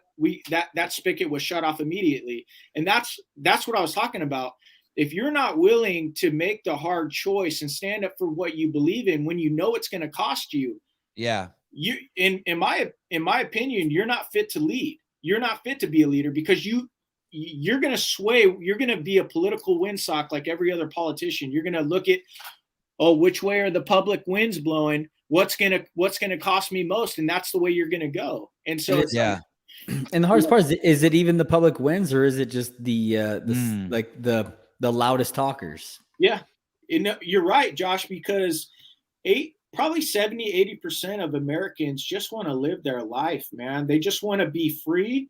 They want to be able to raise their family. They want to be able to, provide for their family. And they don't want to get, they don't want people to be canceled if they have an opinion that's not, going with the narrative. They don't want to be forced to, they don't want some medical treatment to be forced on them or their kids. They just want to be free. And so it's like, you're right, Josh. I don't think the majority of Americans are down with, they're not hard right. They're not hard left. They just want to be free. Yeah. Yeah. If I didn't, it's funny at 25 years old, I would have been down for all this. I had no kids. I didn't give a shit. I lived in a car, or I was living in the bushes. I would have been so down with Armageddon. Bring it. Oh, I love it. Whatever. I'm still just eating out of the back of, dumpsters at the market and still just, playing Frisbee at the beach all day. And now I have kids. And I don't know what, but there's an obligation now to stand up and say something. And also because I'm borderline independently wealthy. You know what I mean? I have enough income to where I don't have to worry about it, where every next paycheck is going to come from. And so for some reason now, between that and having kids, I feel like, I don't know if moral obligation, but I just feel like I have to, from the perch I stand on, I should at least, if I see bad guys, I should throw rocks at them. Yeah. You know, like, well, I hear you. And that's what I was talking about. Like, you know, it's like sitting in the middle, just to sit in the middle, to me, as somebody that would have died for this country, to me, that smells and reeks of just straight up cowardice. You know, it's like, yeah, I would rather you pick a side and defend it, you know, and you can, obviously you can do whatever you want. Like, obviously you can do whatever you want, but, it is cowardice. You're right. You're right. It drives me bananas to know good dudes, good human beings that love humanity. They love people, and they feel grateful to live in this country. Good Dudes Coffee, yeah. And they feel grateful to live in this country. They'll sit back and they'll see something that's wrong, and they're too scared to say anything. You know why? Because it might cost them. And that's why that's one of the biggest reasons we're in this mess, guys. I'm telling you right now, because especially when you talk about a lot of these, and I was talking to a friend of mine the other day. He was telling me about a wealthy dude he wanted to introduce me to, but the wealthy dude was like, no, man, I stay away from politics. I make such good money. If I got, even though I support this guy, I do, you know, his ideas, and I'm on his side, I won't get involved in that because it might cost me. And I'm telling you right now, that's how we lose. That's how we become just another, you know, great country that went the way of suppression and tyranny in the history books. Is that same mentality repeated tens of millions of times with tens of millions of guys that know better, guys. And I'm saying guys and gals that know better. They're seeing these injustices. They're seeing this nonsense. They're seeing how pervasive it is, but they're too afraid to say something because it might cost them. And let me clarify earlier too. I was sick because I was sitting there talking about how you have to declare, right? And sometimes you have to draw a line in the sand. I didn't mean that you shouldn't stand up for what you believe in by saying that. Are you sure? Are you sure? That's exactly what I meant. But Eli, what did we do on any insert of any mission or any training op, whatever like that, right? When you got off of your insert vehicle, your platform, whatever vehicle it was, or whether it be helos, whether it was a hiking in or taking side-by-sides or taking Humvees, what was like our, SOP, which is standing operating procedure, right? They immediately following like the trucks left or the helo left, what would we do? Well, sometimes you do a stop, look, and listen. Exactly. You would do it. Yeah. You would take a 5-minute stop, look, and listen. Yeah. We take a knee and we take in the surroundings. We take in the environment. We take in the scenario. Right. So like, you mean, so like a helicopter drops you off somewhere. Yeah. It's nighttime. Yeah. They take off and everyone's just frozen. Just like one of those like rattlesnakes. That's just like, yeah. And you want to take in the environment, right? You want to understand the scenario that you're about to move into. Right. So like you do a 5-minute stop, look, and listen. And like, that's all I was saying by that, right? Like, I'm not saying you should never declare what you stand for. You should never do it. But like immediately, I'm not drawing a line in the sand on a scenario and declaring which side I'm on until I understand the scenario fully. Did you think I was attacking you, JB? No, I didn't. But I wanted to clarify for like listeners, as like what I meant by that. Not that you should never stand for something or put yourself out there and be like, this is who I am. I definitely, I wasn't talking to you about you. God, man, I love you, dude. God, I miss you too, buddy. When this whole thing is done, we should get a place together. It smells like rich mahogany or something. I'm in. We'll go jogging. I miss it. But no, I know you're not joking because I get a lot of Josh, and he never gets old. He's so yummy. He's so great. He's the best. I know you're not. I love you guys. Eli, when I was at the dinner table as a kid, it was like, hey, if discussion came up, it was like, hey, pro-choice, you shouldn't put your rules on a woman's body and all the rhetoric. And there was never open discussion. it's just like the way it is in the news. And this isn't to dig at my parents. I have wonderful parents. My mom and dad are the nicest, coolest people fucking ever, but they just told me what to think. I love it was Rosemary never too. Yeah, Rosemary's great. Thank you, Josh. And my mom's a huge fan of Josh, Eli. Huge, too much of a fan. And it's weird. It's weird. How are we gonna do that with our kids? How do we, like, we have opinions as adults, but as we raise our kids, should we be like, hey, here's the thing. Some people believe it's killing a baby. Some people believe you shouldn't have but instead I was kind of bullied into all my beliefs. The same way I see them happening in society. It was either there was only one way to think in my household. Yeah. And I think, again, it goes back to what I said. It's like, it's more dialogue, right? It's like, I think, like, I'm dealing with that myself because I've got a 14-year-old and a 10-year-old. And so we're having to walk through some of these issues. And as a parent, you know, especially one that's passionate like myself and definitely has my own belief system, I deal with that every day. Like, do I, you know, how much do I, you know, push or try and influence my kids, you know, because if I don't, and they go out and they get bamboozled or they fall into something stupid, then I feel like I haven't done my job. I haven't prepared them. I haven't prepared them to be an adult. You know, but at the same time, back to your point, Sevan, I also understand humanity and like how I wanted to rebel against a lot that, you know, my parents tried to teach me, and like, you know, that fine balance between, hey, this is what, give them as much information as possible. This is what this side says. This is what this side says.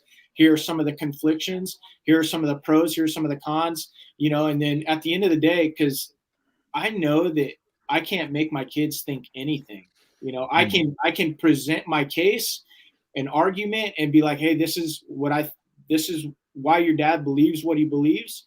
And, you know, but at the end of the day, I've told my kids since they were little, at the end of the day, when you leave this house, you're going to believe what you want to believe. And, you know, just trying to, you know, I would say, you know, making sure that they get both sides so they don't feel like they were bullied into anything. And it's just like, you know, I've always told my son, my oldest son, 11, he's really impressed me with how well he's willing to have his own opinions at 11 years old, right? He's, you know, I tell him, I'm like, listen, man, like, if someone says something that you don't agree with, you're more than willing, like it is okay to ask questions, like ask questions to get the reasons why people are saying certain things, like, because being in the San Diego school district, you know, he was getting taught some things that, like, I don't know, maybe we just hadn't discussed or he hadn't heard before. And I always told him, I was like, listen, just because a teacher's telling you something doesn't mean it's true. And also, like, if a teacher's saying something that you don't understand, like, by all means, ask them questions. Because in those scenarios, like, if they can't explain themselves, then they shouldn't be teaching those things. And there was a couple of times where he came back and told me a scenario from his teacher that his teacher was saying something, and Jack started to question him, and I just question him in the sense that he asked, like, why he was saying it, like whatever he was saying. And the teacher really didn't have an explanation. He said he would always just, like, change the subject typically. I'm like, well, there you go. That's probably why, because he didn't understand what he was really saying, but it was his narrative that he wanted to push. And so it's cool to see your kids start to have their own opinions in whatever scenario. And it doesn't have to agree with me, you know, like they can be their own little men. And it's awesome. It's awesome being a parent and watching that happen. There's two things that pop up in my head, and I don't have a take on electric cars, whether they're good or bad, but it's anytime someone says I have an electric car and I'm helping the environment, the first things that should pop in your head is well, how much pollution was made to get that energy into your car just because you're not using gas? I mean, it seems so simple to me to ask that question. It's totally fair. And the other thing is you don't have to defend your stupidity. It's okay to be stupid. It's like, I use an iPhone. And I suspect they are made with child labor in China. It's okay. I don't have to lie to myself. I can own it. I can own my shortcomings. Yeah. I don't. I'm not doing anyone a justice by saying, well, no, that's not necessarily true. That was just written by Fox News, or that was just written by CNN. But, like, it's okay. We're not perfect. I get it. I'm fucking a cog in the wheel. I mean, admitting you're an alcoholic is the first step to being cured, right? It's like. And that's another big problem we have. People want to defend their stupidities. It's okay to own some of that shit. One of my favorite quotes is from John Wellborn, and he said, "Let people think you're stupid. Don't open your mouth and prove it to them." He got that from Benjamin Franklin or some shit. It was good. I loved it though when I heard it. Hey, is that in reference to what I was just saying? Yeah, exactly. Yeah. No, but not me talking. No, not you talking. What you're saying. Okay, good. Definitely not you. See how insecure everyone is on this show?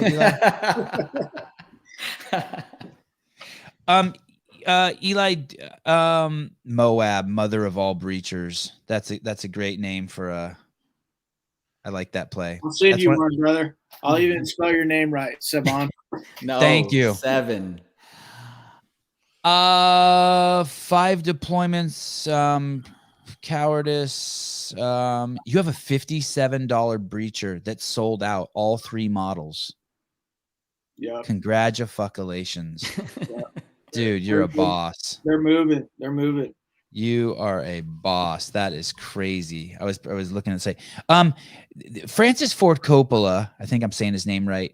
He mortgaged his farm when he made Apocalypse Now. And he said something like, he's probably crazy liberal, but he said something like, if you don't put every bit of your money, effort, and soul into something, it's not worth it, or it's not creative, or that's where living is. Something profound like that I'm not quoting right. But you sold your motorcycle that you bought for yourself when you came back from your second deployment, a sick chopper, like the kind of one, like if you just stroke your hand on the gas tank, you get an erection, like full of testosterone. And you sold that to get Breacher Bottle off the ground. Yeah. Was that hard? Because I got a motorcycle that eventually I'm going to have to sell to pay my mortgage if this show with Josh doesn't kick off and start making money. And I'm tripping. I think you better just go and put it on the market right now, buddy. I'm like, this guy sold his chopper to buy a fucking engraver. What's wrong with this dude? Well, yeah, no, it was I think a lot of team guys do that. We take a re-enlistment bonus or something. We're like, I'm going to buy myself something cool that, I never had. But San Diego was the best place to own a motorcycle. And I had an awesome big dog K9 chopper. And it was just a really cool bike, and loved cruising it around. And but we were getting into that point where we were trying to figure out what was going to be the next step when we turned the page. And we'd started the company.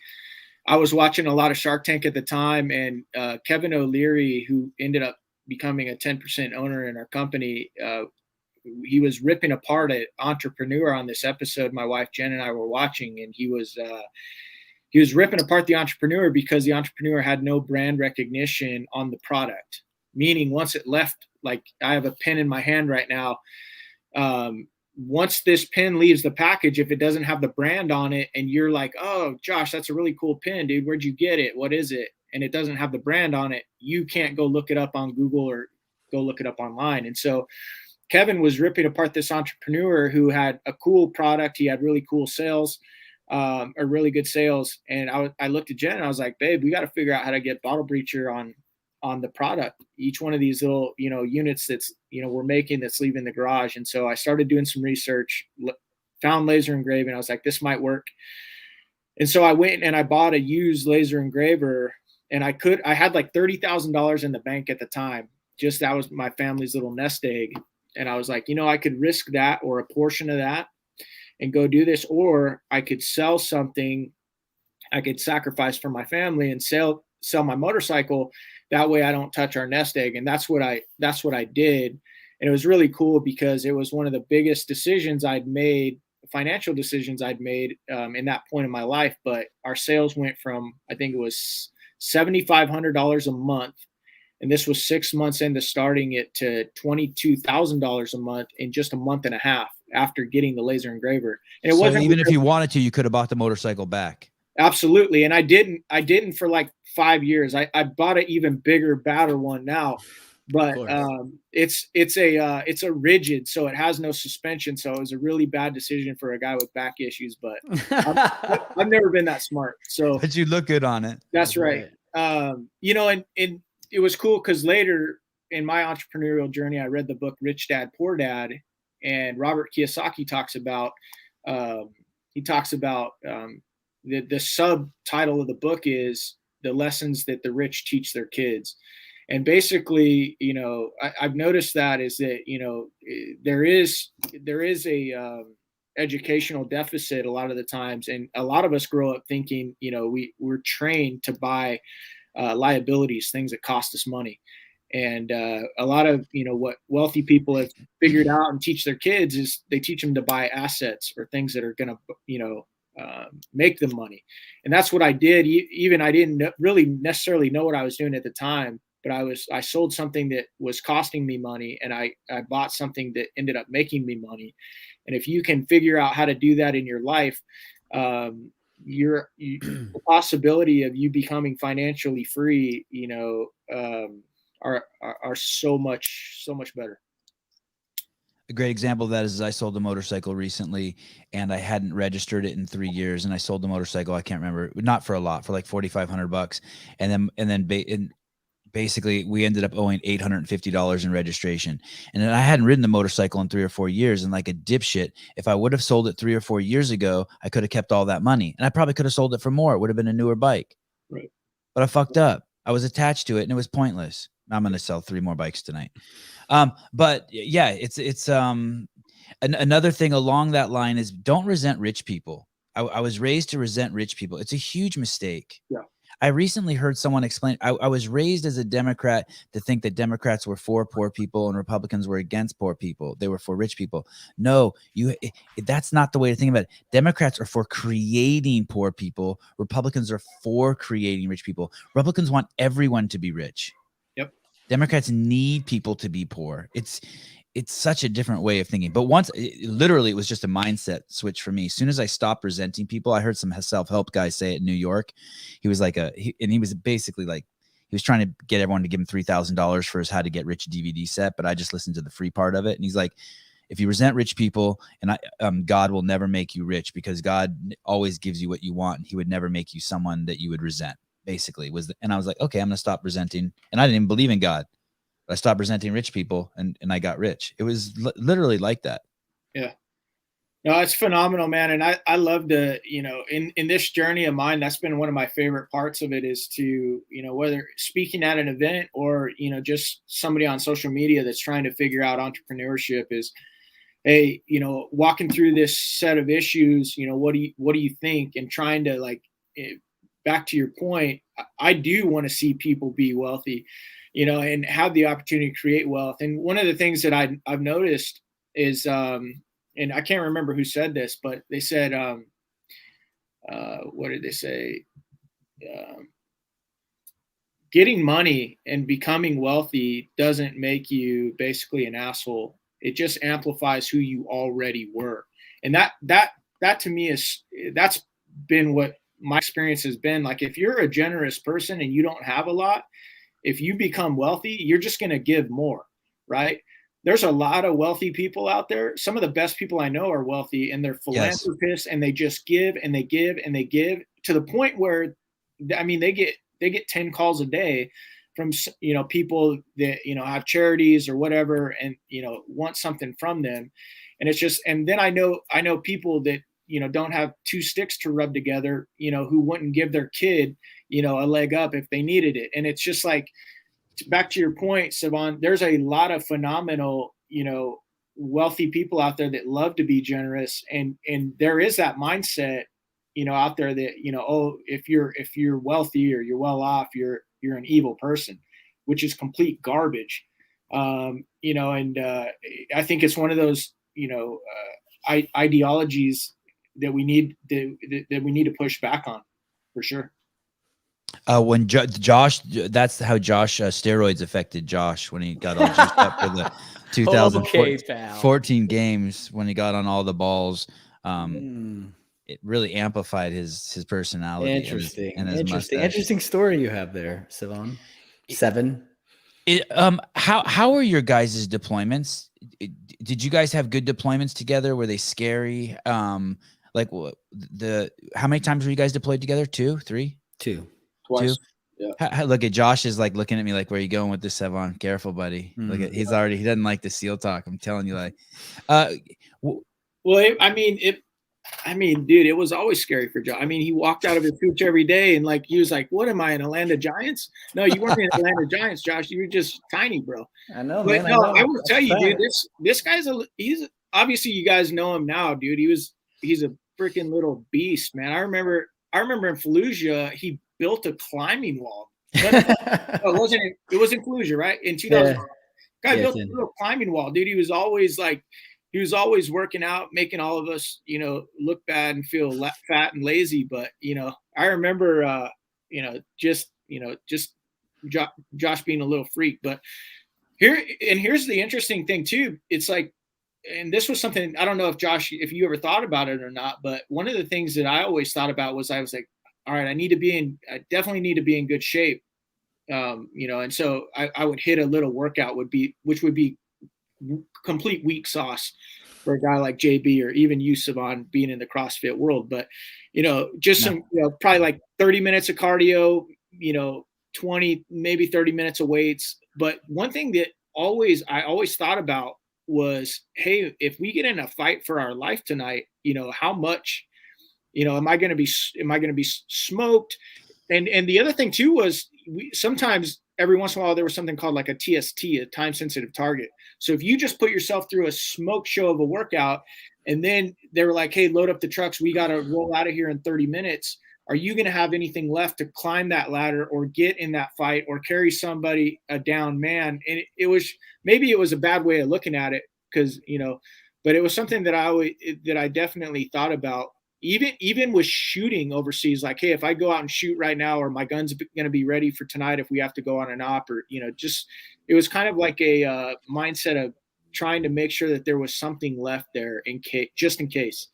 Yeah. So I definitely did think about that, but at the time, I was young and spry and in my prime, and you were pretty much a grandpa at the time. So I really understand why you needed to hold back a little bit there, pal. It's true, man.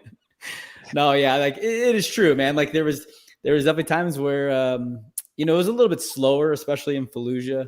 The time when we were there in 10, it was really slow. I mean, gosh, I think we went on like a total of 26 ops the entire 6 months we were there. So it was pretty, other than actual ops or something like that, compared to, like, we had other things that we had to do. Yeah, there was a lot of downtime, and yeah, I didn't actually build that climbing wall, but I watched Tango Whiskey build that sucker. Oh, and he crushed it.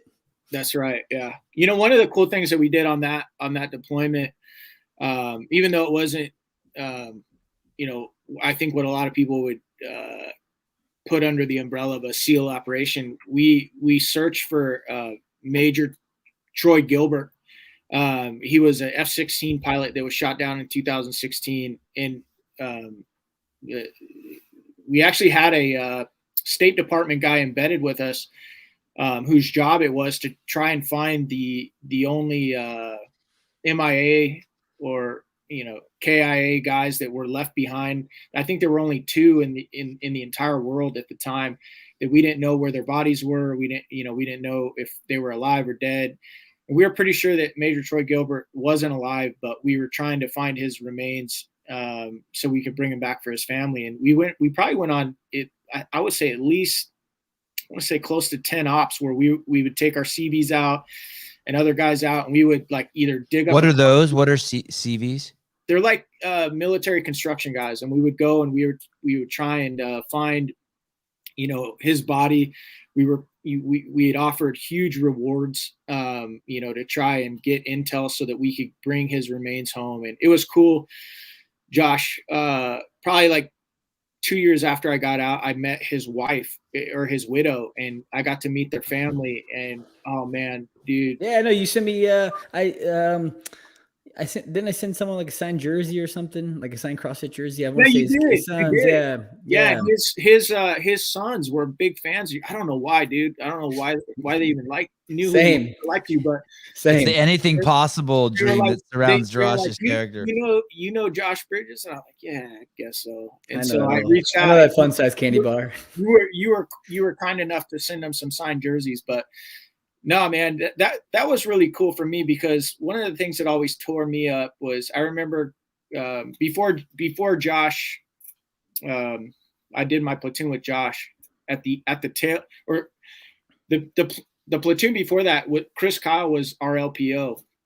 And I remember going to his funeral in Texas. And the thing that always choked me up was watching little kids at funerals that didn't have a choice. They didn't get a say in what dad did. They just had to suck it up and deal with the fallout or the aftermath of him not coming home. And, you know, so when I remember when we got that brief, hey, this guy's missing overseas. We need to see if we can find him. And we took that mission on. I remember them showing us a video of his little kids. He had two twin baby girls, and he had, I think, 4 or 5 kids total.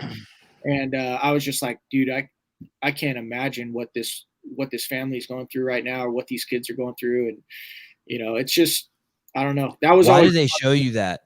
Why do they show you that? To show you that what we're going to do, what we're going to risk our lives for. Because even when you're going out and you're doing an op like that, that's not like necessarily kinetic, or, you know, you're trying to dig up remains or trying to find somebody, you can still get killed, you know, driving down the road and get blown up by an IED or something like that. And hey, this is important, guys. And if this was our family, we would want other people looking for our bodies so that our families could have a proper, you know, burial and, you know, actually, you know, have some closure on that. Did they ever even find the F-16? They found the crash site, but the body had been taken off by the time that, oh shit, you know, they could get a recovery unit out there. And so they actually found his body, a couple they did. After his remains, a couple years after Josh and I got back from that deployment. So that was cool that his family got that closure. So when you guys were over there, I heard Josh mention these numbers. I've never heard anything like this. You were there for 6 months, and you when you say 26 operations, I just picture you guys just all in an area where there's tents with a chain link fence around it out in the middle of the desert, and you guys are working out and people drop food off for you guys. Yeah, pretty much. Exactly. Yeah. Let's just leave it at that. and that's just how I imagine it. And then once a week, we definitely didn't have internet in our trailers. Each person had their own trailer, and it definitely didn't have internet in it. And yeah, we could just pick up phones and call home. No, it was really, it was a struggle. Right. Well, it was funny, Sevan, you get a kick out of this, man. We would I remember, you know, there were nights where, like, when we weren't working, several of us, and I don't think Josh ever got in on this really. He might have. He's probably working out or something like that. But a lot of us would play like Call of Duty, and it was funny because we would hook our Xboxes or whatever we had up to, like, 16 of us would be playing at a time, and then we would play kids back in the States, and it was hilarious because they'd kick our asses in Call of Duty. And they were talking. It was funny because you could hear them talking crap to us, and they had no idea that they were just beating the snot out of like a real SEAL team. Oh, that's true. Oh yeah, no, it is, dude. Josh, did you ever play? I never got into Call of Duty. No, I was never. I didn't really play video games that much on deployments. Yeah. Wow, yeah, you would have had much stronger thumbs, bro. I know, right? Weak thumbs now. You might have been the champ. Yeah, right. Might have taken second. Might have gotten first. So then you guys would get called out, and then would you get a week notice? Would you get an hour notice? Or did it vary? And then basically you guys would just huddle up, and you would figure out how you're going to transport to the target, to the mission, either by Humvee, by helicopter, by. Like, how does an operation come to you guys? You guys are all sitting around. You're playing Call of Duty. Josh is on a climbing wall, and then usually, the way it works is usually you usually work during usually work at nighttime, so you sleep during the day, and then when you wake up around 11 o'clock noon, you'll have like a muster or a meeting, and they'll usually put out at that time if you guys are working that evening. And at that point, typically everybody, whether you're a navigator, which I was, and I think Josh, you did some of that as well, right? Some navigation. Not in that. No, oh, actually, you know what I did? I a little bit. I was just like a secondary guy, kind of learning because I was a new guy. Like, I wasn't going to be a lead navigator, but I was a breacher that platoon. That's right. So yeah, the breachers would go off, make sure that they had their tools, their charges prepared for whatever the op was and whatever they were going to need. And then like, a guy like myself, I was a lead navigator. So my job was to make sure that I had a primary, secondary, tertiary route, infill and exfill, going to and from, target, and make sure the trucks and the GPSs were all set up and running. And then you'll get a time, okay, hey, we're rolling out at like 01, so 1 a.m. And then, so guys would just prep and make sure that they knew not only the target that we were hitting, but, the surrounding neighborhood, the surrounding streets. And because a lot of times you would get to a target and the bad guy we were going after wouldn't be in the target. So you'd have to flex to a different building on a different street a lot of the time. And so if you didn't know the area. How would you get that intel? Like if you show up at building A and he's not there, how would you know to go to building B? Often by like on-site interrogation and just like, questioning people, hey, usually through an interpreter. Hey, we're looking for so-and-so. Do you know where he is? Yeah, he's down the street, three houses down. And then we would just, rally and then, foot patrol over there and then, hit that house and take down that target as well. So, that sounds stressful. My butt started clamping up. Because they know you're not there for good. They're not like, oh, are you here with the $1 million Publishers Clearinghouse check? Right. They're like, they know. Right. Oh, this isn't good. This isn't good. Yeah, I remember one time, I think it was in 2006. It was on my first deployment. Because that was a time where we were still using explosives charges where we would like blow people's doors in and whatnot. And I remember there was this one guy and we blew in his front door so many times, like to assault his house, that he was just like, hey guys, I'm getting tired of buying new doors. Just call me when you're coming. I'll let you in. Serious? Is that true story? Yeah, that's what I was told, through the rumor mill. So I didn't hear it firsthand, but guys were laughing about it. So, but I guess don't be tied up with shady people if you don't want to keep buying new front doors. If you don't want your doors blown off. Right. And why did you say when we used to blow doors down, they don't do that anymore? So go ahead. Yeah, even in like 2010, like it really slowed down using explosive charges to breach anything. Like you had to get like very higher clearance. Like you had to get clearance from like the general of the AO, So it was a lot harder to use explosives than it was back when Eli was there in 06. Yeah. And I think the big thing, like I was a sniper in 2010, but they never let us take our sniper rifles out on ops. And the whole reason is they're trying to de-escalate the war. They were trying to draw down things so that we could hand it over to the Iraqi army so that they could, take over. And so snipers, live breaching, that typically isn't under the category of de-escalation. A lot of times that escalates things. And so that's why I use that terminology. So that goes back and forth. Now, if there was another war somewhere, they might be like, okay, breach away. Yep. I mean, open it back up. Yeah. It's crazy how quickly the, what you might call the ROEs, the rules of engagement will change from time to time. How important this mission set is, I mean, it gets pretty, it can get pretty crazy, real quick with, hey, the ROEs changing from, hey, let's de-escalate things to ramping things up really quick. And war's a pretty nasty thing. I mean, there are times where you're not always fighting against people, actually, military age males with, so oftentimes they'll send little kids to try and kill you. And so, and nobody likes to talk about that. But sometimes that's the reality. It's a reason that war should always be a last resort. And yeah. Yeah, I'm assuming war makes when it's brought to your home country too. We call them little kids from here. In 99% respect, they are little kids. But if war comes to your own country, your hometown, everyone's growing up fast, right? Yep. So you're a 6-year-old playing with soccer balls today, and your dad's dead, and you better get that 6-year-old needs a machine gun to protect his mom and his siblings. So it's like, right. It's not a pretty scene. I'm super excited that we got you on. Maybe as we get closer to when the election's like way off, right? August. Yeah, the primary will be in August, and if we make it through the primary, if I don't get performance drop from the primary, then the general integrity chits start coming in hot.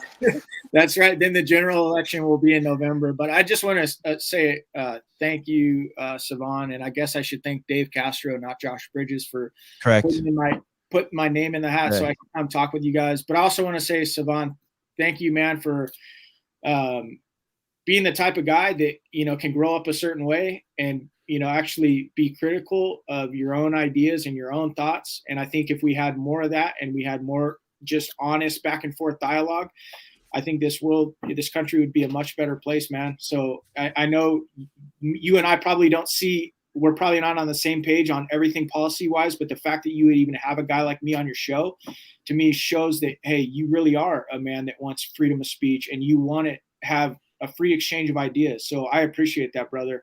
I want strong women. I want strong women and men for my kids. Basically, I want cool chicks I have 3 boys, and I want cool girls for them. I want like cool, strong, badass girls for them. And I'm seeing just a society of just fucking bitches being bred. And I can't have that for my boys. You know what I mean? I mean, it's kind of that. I know that sounds shallow, but on another note, before Josh and I were friends, our mutual friend Dave Castro and I were friends, and he goes, you know, Josh is really confused how I could be friends with a bitch ass liberal like yourself. yeah, I heard that story. I know you used to talk shit, Josh. I know. Oh, I used to talk shit. I'll still talk shit. I know you talk shit. I don't think it stopped, pal. I'm just tired of the sensitives. I really am just exhausted. So when I see someone like you who's running a small business, and I know how hard that is, and it's growing into a big business, and then you're running for office, and then you have kids, and you're putting your money where your mouth is, and I just see all this stuff, and I'm just like, man, I really want to I want to be more like you. You know what I mean? Like, I want to be an adult too. It's just, the days of me being a coward are over. And so like, I've made the first step. So that's awesome. Yeah.